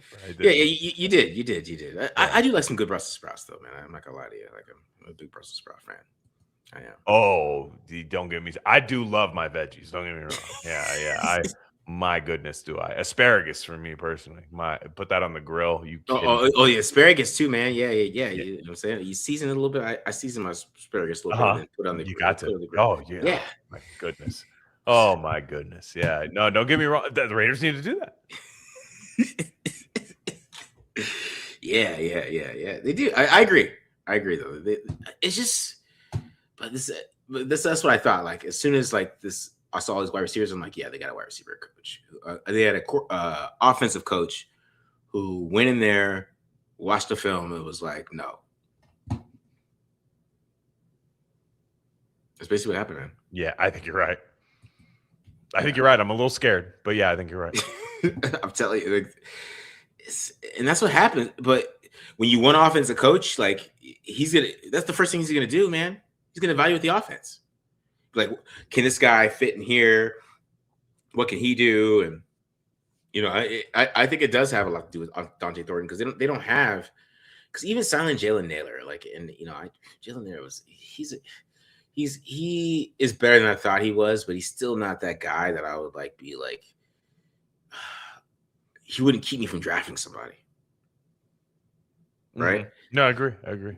But he would keep like Jack Besh on the bench, though, maybe. You know what I mean? Like, so that's the type of thing that signing itself kind of says something. Yeah, you're right. Because Jalen Naylor is a move around guy, but he's not going to stop you from drafting a move around guy. And that's why I think they like Bernard. Because like people are saying like, you don't like Bernard because Bernard's not fast or anything like that. But in the West Coast offense, like Shanahan's and those type of guys, they're gonna love him because he's a yak guy who can catch the football, he doesn't drop it, and he runs good routes. Yeah. So that's like a West Coast dream, in my opinion. So yeah, you're right. I to me, I think if you're Kubiak, and what you're saying, I think is probably what he's thinking. So I think you're right here. But if you're Kubiak, you're not going to be a one and done coach. I'm sorry. It's not happening. They're not getting rid of him after 1 year. Yeah. And I feel like that's just a need you could push back a year. Yeah. I feel like in 2027, you're going to have money. You're going to have picks. Everybody else is going to want to go get these quarterbacks.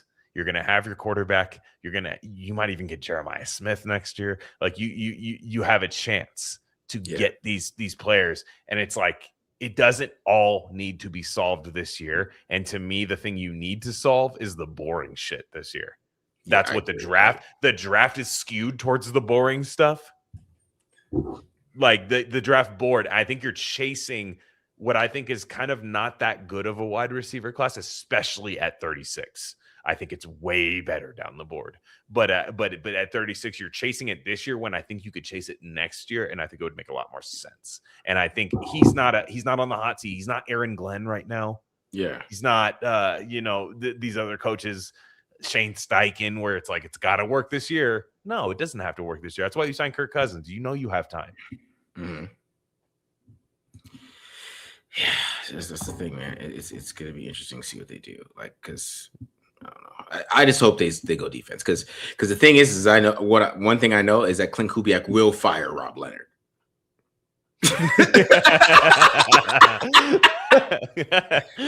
So will I. Yeah. I know that's gonna happen if they don't play good defense. Yeah. Rob Leonard's getting fired. Right, for sure. I agree. I don't think Rob Leonard has much time. So go get some players. Go get some players so you know. Exactly. That's my thing. You know what I mean? Yeah. Mm-hmm. Do you have any insider knowledge about what happened last year with the coaches, or just general dysfunction? The offensive line players I know from my sources hated Brendan Carroll. I know that. I do know. They hated him. They thought he was an idiot. Yeah, and I think Kelly came in with arrogance. I think I just think back to those times. We were clowning it at the time, but I didn't realize how big of a deal this was. Remember, like when Chip Kelly would randomly know like what Saquon Barkley was doing? Yeah. During the league. Why are you worried about what Saquon Barkley's yards are right now? Like you're coaching the Raiders, you should be locked in on tape for the Raiders. So he had an answer for everything, an excuse for everything, but the offense looked disjointed, right? And nobody knew what his offense was going to be, and it was the worst possible, like HP Lovecraft monster version of the offense that was just scary. It was just scary. It was just a tentacle monster of nonsense that was happening right now. And I do think Kelly is a lot to blame for this. ultimately, that's still a Pete Carroll hire. Ultimately, that's a Brady, a Spytek thing. Like everybody involved for it, but I do think a lot of it comes from Chip Kelly. There just didn't see like what offense was that? I don't know. It was an air. I guess it was the air raid. Like I don't know what the fuck they were doing. Like that's the Chip Kelly was terrible, and that's the thing. Like we get on, and I don't want to defend Geno Smith because he's an asshole. He's a hater of the show, but man, he might look a little better with the Jets. I'm not saying he's gonna look good, but Chip Kelly was terrible, man. Yeah, he was.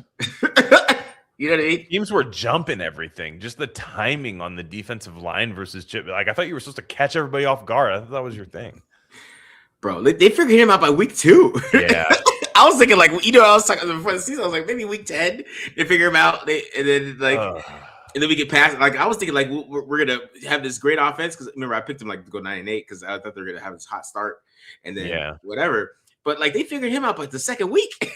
Oh shit. Yeah, that Chargers game. I mean that Chargers Monday night game. They're coming off that first drive against the Patriots where they come out and they hit Tucker on that deep strike and it just looks really good and you're like, "Oh my goodness, we're going to cook this year." And then after a while, even later in that Patriots game which they won, and it's funny the Patriots won the Super Bowl that year, but it's just at the time you're like, "Okay, we're beating a bad Patriots team." But you're kind of thinking like, man, the offense really stalled out in the second half. Like they couldn't run the ball. That's fine. That'll get corrected. Never did. And I mean, it's just one of those things where they hired a 70-year-old coach for something that is going to take a lot longer to build. Again, they're trying to fast track everything. They're trying to speed everything. I'll stop with the food references, but they're trying to speed everything up. Yeah.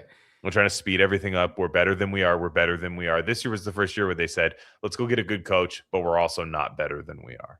Like let's build this roster. So I am a little more confident. Yeah, I was like, bro, how do you get figured out week 2? That's not even a thing. Like I went to because I went to the scouting academy and we did a pro scouting session, like a classroom. And he told me that NFL teams don't figure out other NFL teams till week 3. The Raiders were figured out week 2, bro. Like, that's what I was like. That Monday night, they were so close to winning that game. They were like in that game. Their defense played well against that Chargers that game. Like that was a wasted performance. They were getting turnover after turnover against the Chargers, and then Geno would just throw the ball away. But they couldn't run the ball. The defense knew exactly what was coming. The ends would just crash on every play, knowing what was going to happen, knowing there was no option, there was no misdirection happening or anything. I was like, wow, this is so not creative at all. And I loved the Chip Kelly hire. I'll be real. I loved it. I thought it was so innovative and cool. And look, it all led us to this. So let's just hope that Kubiak is just this guy we don't even have to think about for 10 years. Yeah. Do you guys ever consider how stacked college football teams have players that perform well because they're surrounded by studs versus a player that's bowling? I think he meant bowling, but no one else around him. Yeah, I do.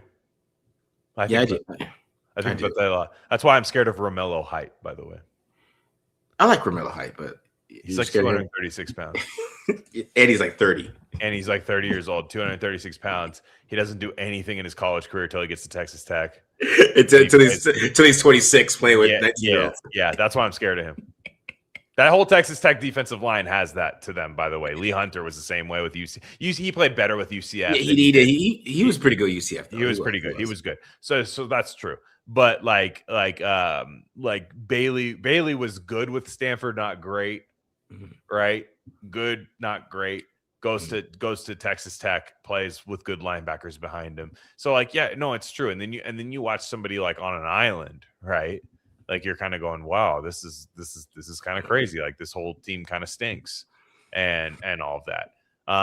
Occasionally you get the Joe Burrow's good, Jamar Chase is good. Like you occasionally get teams like that where you're like, actually, they're all good. Yeah, I know. But I do weigh that out where you're going. To me, that's my problem with Carnell Tate. Wide receiver 1, but who's game planning for you? I mean, I do like Tate. I do. I think he's good. Is he elite? He's going to be taken where elite receivers are taken. And I think Jordan Tice is better than him. I do, but I do too. Jordan Tice is a pussy, I guess. So, he played with he didn't have any hamstrings against Texas Tech and had 11 catches, but he's a pussy, I guess. So No, and that's the funny thing about Tyson is that he's injured, but he's not a pussy. Like he's playing through hamstring injury, which if you've ever tried to do that, you're a psycho. Collarbone, like these are real things. Like, so I'm not worried about. And the reason, to be honest, I think he's gotten hurt because he's not a pussy. That's like why he's gotten hurt more. Like, I think if we're being real, he needed to take a page out of Jermod McCoy's book a little bit and kind of bubble wrap himself for the NFL a little bit like Jermod McCoy did. Like, so but what I mean is Carnell Tate, like you had Jeremiah Smith to worry about that whole time. Like, can I see you when you're like, if he goes to the Titans next year, Carnell Tate, if he's on the Titans next year, and I go, okay, you're wide receiver 1. Now what? Everybody's thinking about you this whole time.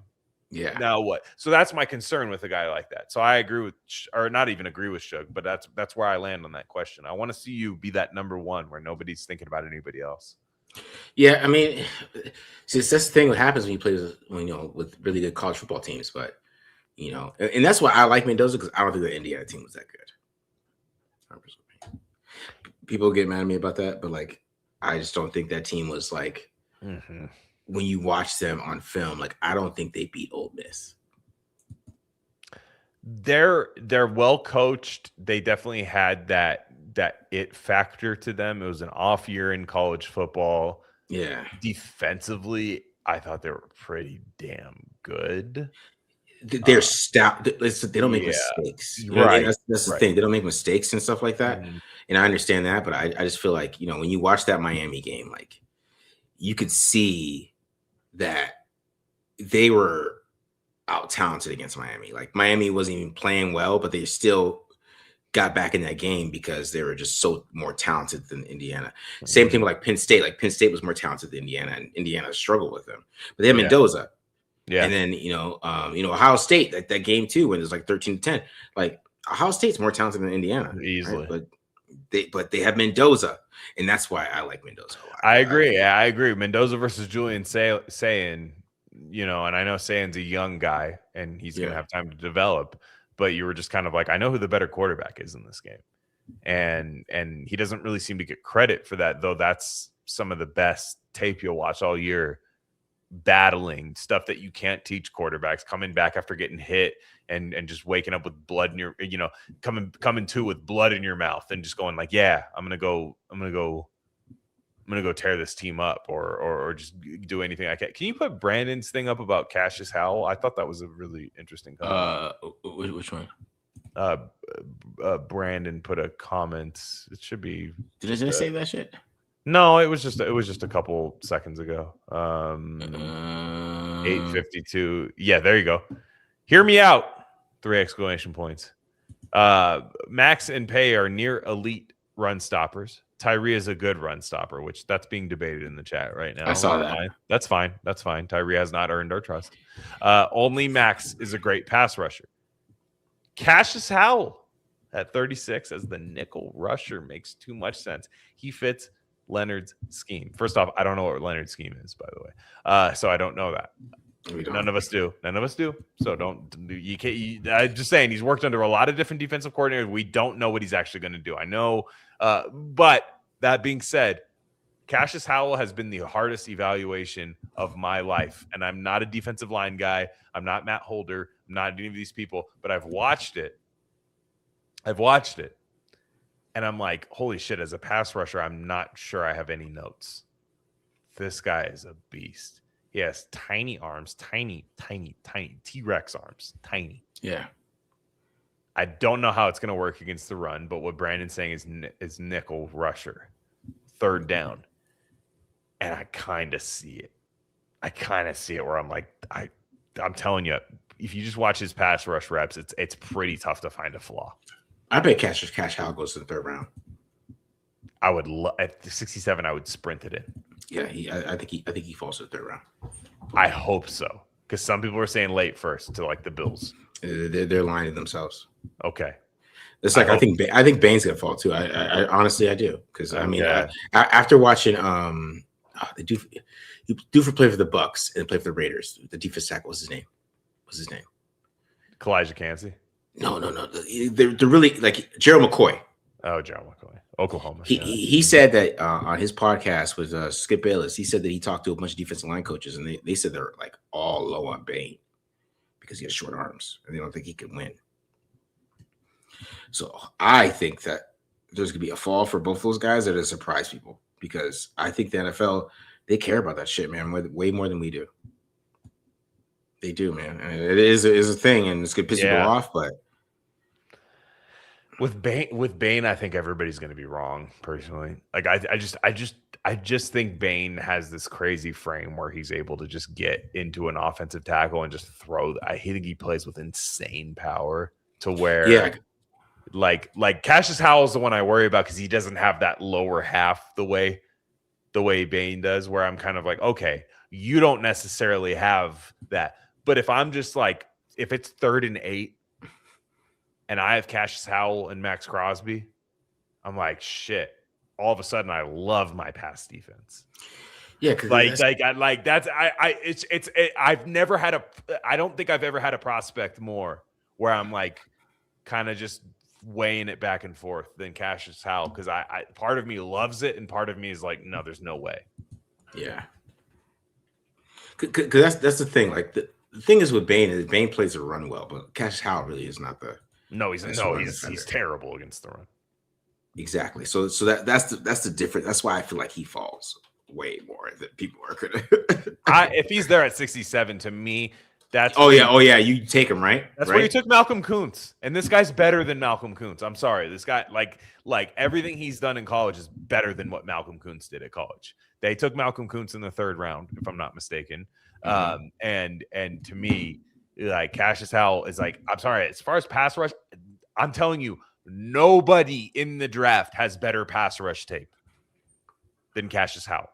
Just pure pass rush tape against SEC opponents than him. I'm just saying. And if he's there at 67, I think you got the steal of the draft.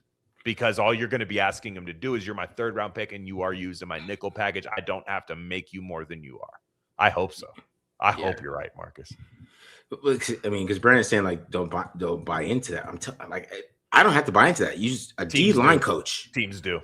The D line coach is going to be like, no.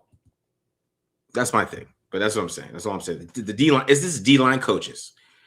If you have short arms, because I would keep it real. If you have short arms, you have to be able to get close to a lineman very quickly, which I think Bain does a good job of. Bain does that phenomenally. Yeah. Mm-hmm. And like, Cassius Howell does a good job in pass rush with it sometimes, but like you have to be able to get inside and like, like a long arm guy like Colt Miller is just going to just push you to the ground. Yeah. It's just kind of the same thing. Like Stone Forsythe kicked Noah Smith's ass. The dude from Georgia. Mm-hmm, the Philly guy. I forget. Noah, what was it? Nolan Smith. Nolan Smith, yeah. Yeah, from Philly. Stone Forsythe kicked his ass. Mm-hmm. Right? And Stone Forsythe is not good, but it's the length and the strength that he just was able to get his hands on him quickly and push him to the ground. So Stone Forsythe sucks. Yeah. And that's my thing. Like somebody said, can Cassius Howell learn to run defend? Here's the thing. I'm sure he already knows how. He can't. Yeah, it's hard. Yeah. Like I can learn how to dunk. Right now, somebody could put me a YouTube video, be like, Glenn, you're going to spend the next 3 months learning how to dunk a basketball. I can't jump. Yeah. All right. DJ wants us to meet up at a Raiders game this year. Glenn, it might be worth it. That'll be definitely worth it this year because you know what? I'm thinking about it. There might be an impromptu Raider trip, and DJ, I would be happy to meet up with you if you were at said game. Yeah. I can't speak for everybody else in the chat, but just another DJ. Yeah, absolutely. He's the question man of the year. Like I was thinking about giving out some fan awards, and I feel like DJ would definitely get question of the year for sure. He's the question fan of the year for sure. What do you think of Blake Miller? We kind of already talked about that. I mean, Glenn likes him. I'm not a fan. Love Blake Miller. Why do you have fans wanting to ride at pick 36? Because he was on the Indiana championship team. Because they're dumb. He's not he's gonna go like 4th round. I think so too. Yeah, I think he's gonna go there. Does Kubiak's Genti out wide more this year?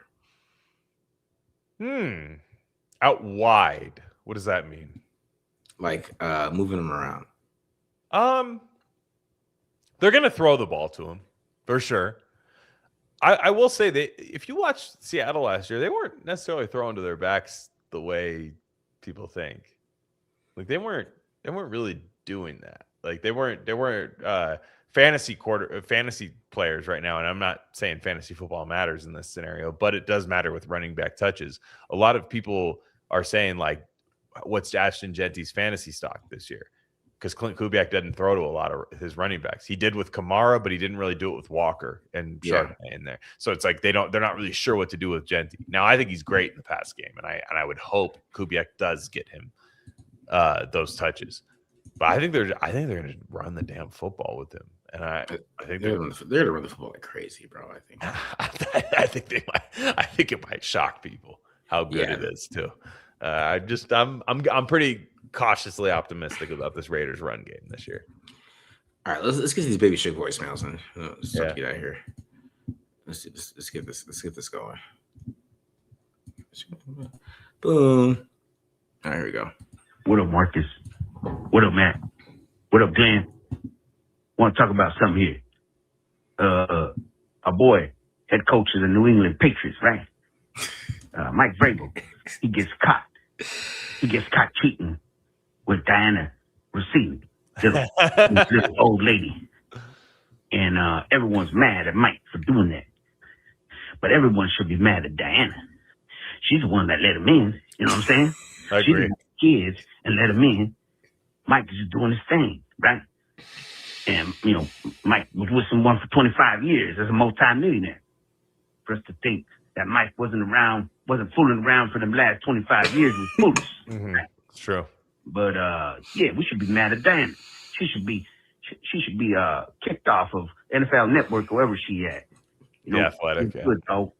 And she probably sabotaged Mike. See, this is why Google doesn't sponsor us because we have this misogynist content. That hotel, you know what I'm saying? Just to ruin Mike's marriage. You know what I'm saying? Just upset about this, man. And if Mike gets fired from the Patriots, Marcus, if Mike gets fired from the Patriots, man, if Mike gets fired from the Patriots, Glenn, the Raiders should fire Rob Leonard immediately and hire. Yeah. Okay. Cook. Mm-hmm. And hey, real quick, I'm losing my train of thought. No, you're cooking. I know this is gonna go over 1 minute and 30 seconds, Marcus. Yeah, it is. And I appreciate that. I appreciate that you put me on the time limit. But since I'm the biggest contributor financially, okay, $50 down last week. You like that one, Marcus? You did. You ever had anybody contribute $50 to the check at one shot? Oh, no, that one dude, Ruben, did 100. Yeah, so you better let this one play, dog. I'm gonna go see you at the Shrine Bowl or Alabama or wherever that's at next year. Hey, Glenn, you all right, dog? Thank you. I appreciate it. All right, man. That's a killer voicemail. That's a killer. And I agree. There's a lot that can be said about what happens. There's a Chris Rock thing that's not exactly related to this, but it's like, I'm not saying he did it, but I understand. Yeah. And that's how I feel about the whole Mike Vrabel thing. Like, I understand. Yeah, when in Rome, you do your thing. Like you just do your thing, bro. Like it's there for you. It's at the Arizona State Pro Day or something. If any of us were at the Arizona State Pro Day and the reporter from The Athletic was throwing it at you like that, the thing is, it happens, right? She's not throwing it at Andy Reid. She's throwing it at Mike Vrabel. And you could say we're misogynist, but I don't want to be Vrabelist. I don't want to be Vrabelist. And so that's she did. She knew what she was doing. She has agency. She has full control of her actions. She knew it was wrong. He knew it was wrong. He's going to get divorced, and he's going to have to pay a lot of money. Technically, they've been. Not to be blunt, but they've been fucking for years. Sure. The Titans, like the whole Titans fan base, was like, "You guys just found out about this." She's been fucking him since Tannehill. She fucking says Arthur Smith. Yeah. Yeah. They had Bud Dupree coming off the edge. Man. The one that was happening. You know what I mean? Marcus Mariota days. Yeah. Fucking says When he Marcus threw that Mariota. pass and he tipped it to himself against the Chiefs. And he just died. Mike Vrabel was like, I'm going to fuck Diana Rossini tonight. After that happened. Yeah. He's like, Barack Obama's president. Oh, this my U2 God. album just got put on my iPhone randomly. I'm going to fuck Diana Rossini tonight. It's 2 hours in. No, Google doesn't care about this. Oh, my God. Yeah. I mean, dog, you should have seen Titans. You should have seen Titans fans. They were like, yo. Yeah, it's been that. They're like, you guys just figuring this out now? Like, yeah. Well, no. Well, yeah. We don't cover the Titans, bro. We don't know. Yeah. Mm-hmm. That's what Mike Vrabel was doing. He's sitting there in the vest and everything, and it was magic. It was how they're holding hands for Big Glenn. Like it was exactly. You only do that. Yeah, you don't do that with like some chick you just met. That's a chick that you have like, hey, remember Mike when we used to do this in 2016? We used to hold hands like this, make your own kind of music. Like just that, like just kind of, I got a pocket full of sunshine. Like just that whole like, just where you got Mike Vrabel doing dumb shit. The double clutch. Yeah. We've all been there. That's what I'm saying. Like as soon as I saw it, I was like, oh, I know exactly what's happening. Like, oh, Mike. Not the full hand grip. Yeah. Oh, funniest man. Meme I saw His was white, bro. Funniest meme I saw was Tiger Woods on his knee, like where he's that picture where he's on his knee. Yeah. And it says Vrabel explaining to Stephon Diggs last year about side chicks. Like just like, this is how you do it, Diggs. Yeah. Yeah, why are you being loud about it? Like, hey, you know what I'm saying? Like sometimes you just gotta take them to a private resort in Sedona. You know what I mean? Like, yeah, why you stop doing it in these big cities? Yeah, these big cities don't still work. Take them to those Breaking Bad cities. Yeah, you can go crazy. Take them somewhere spiritual. You know what I mean? Like Los Pollos Hermanos. Yeah. This is crazy. Buy him some crystal. Go to a rock shop. Yeah. So get some crystals. Some lizard cactus candy. Yeah. Get us some authentic Native American, some jewelry. You know what I mean? Yeah, women love that shit. Girls love that stuff. Yeah. All right. I guess we're done. All right, Baby Shook, last voice. Next one. This is clearly a serious Shook voice. Hey, Marcus. This is voicemail number 2, dog. Baby Shook. Just want to give you an update on the job situation. During this time, I was, reflecting on the fact that I was jobless for 11 months. And during those 11 months, Marcus, my roster was getting bigger. You know what I'm saying? I had more ladies contacting me than ever. Whenever I'm jobless, my roster gets bigger, dog. I like that. So I'm considering quitting this job and seeing who could take care of me for a while. You know what I'm saying? Well, shoot, they do it. Why can't we? Right? I don't know, man. Whenever I'm jobless, some little hottie just is interesting. I don't know what I'm saying? Football, little hot one. And I don't know. I need to outweigh these options, though. And that's what, it's looking pretty good to me if I quit. I don't know, maybe I think you should keep the job. I mean, I know sorry, Glenn, but the fat white girl hustle is a thing. Yeah, no, I'm aware. Yeah, there's a fat white girl hustle. I know there is. Like, I have a cousin. Yeah. Yeah.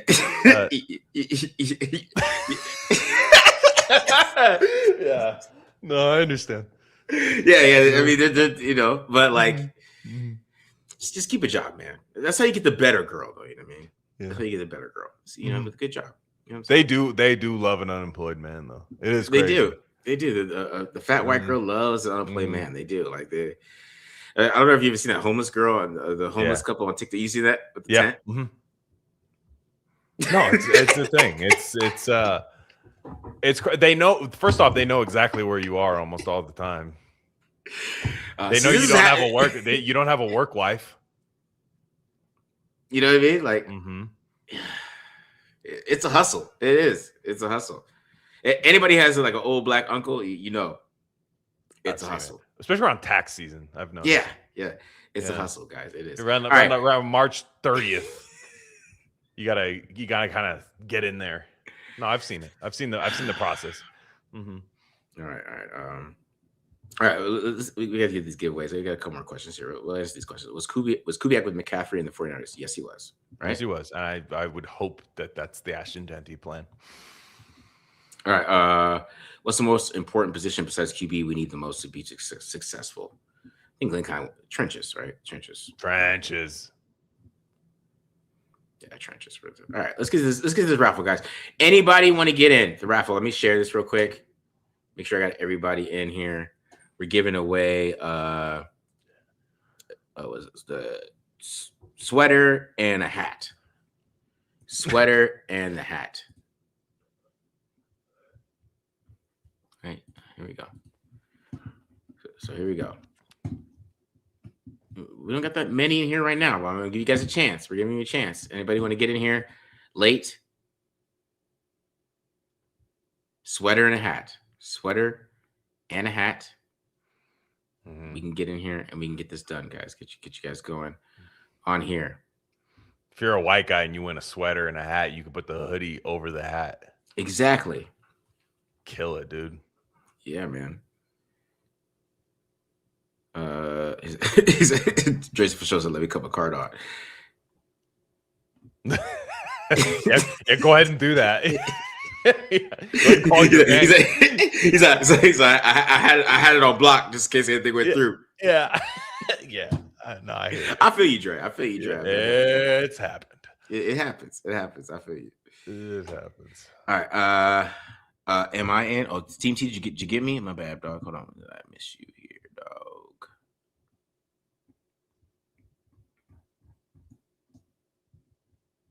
If I missed you, I don't see you, Steam T. I don't see you in here for paying.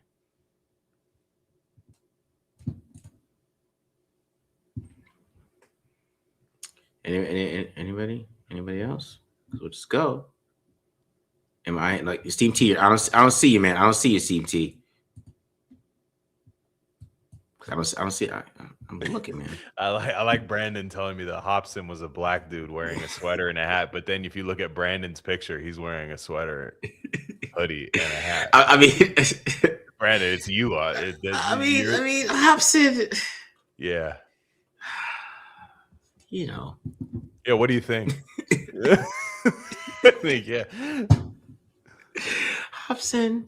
You know, I don't know, man. He's definitely a hoodie and a sweater. He's a hoodie and a hat guy. For sure. I'll just say that. Yeah, no. That's correct. Everything was correct. Yeah, Steam T, you got to give us a $199 ticket. I got you in the Dre. You see the Dre for sure right there. You see it right there. Mm-hmm. I got you in the Dre. I'm just waiting for and I'm going to shuffle it up. I'm going to shuffle it. So I'm going to give Steam T a chance because I think he wants to enter. Steam T, $1.99. You got till what you got? You got 917. You got to 918.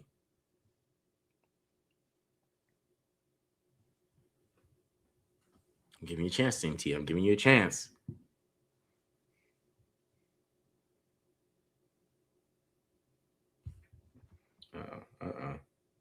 Is he getting running out of time here? What do you think, Glenn? I don't know. I think at some point we're gonna have to cut this off to keep it fair. Oh, I got 2 for 6. Didn't I put you in there? Look at baby. Steve T did it himself, baby Sugar. But look at you. I'll put T. I have to give him 2. You have to give him 2. I mean, I didn't get you in there, Sean. I got you in there. Oh yeah, I got to do one more time. All right, we're good, guys. Let's do this. We're good. Let's do it. I'm gonna shuffle this up. Hit the shuffle a couple times. Boom, boom, boom. Let's get it.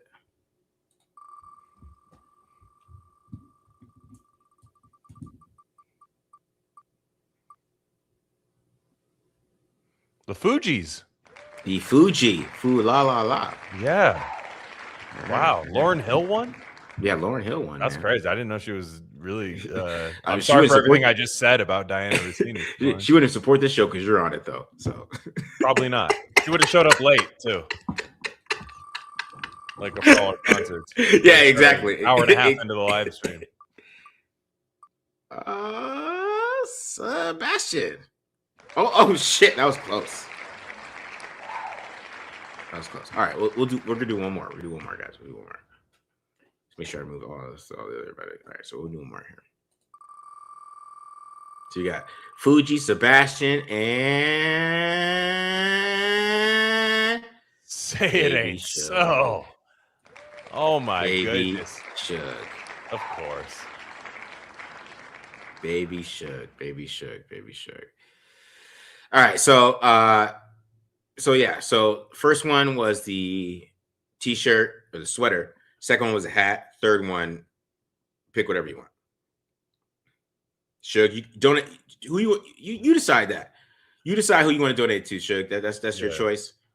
But Garrett says rigged.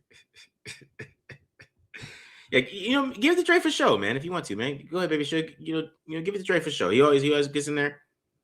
Give it to Dre. But we're out of here, guys. I hope you guys enjoyed this episode. I think I'll be back at 7 in the morning. I'm not sure. I might talk to this guy. I don't know if I can do that. You've been grinding. 7 in the morning is early, man. This is some bullshit. I'm like, bro, on a Saturday. On a fucking Saturday, dog. Like, shit, man. Some bullshit. But yeah, we'll be back doing the epic mock draft tomorrow. So be on the lookout for that. And I hope you guys enjoyed this episode, but we are out of here. Peace.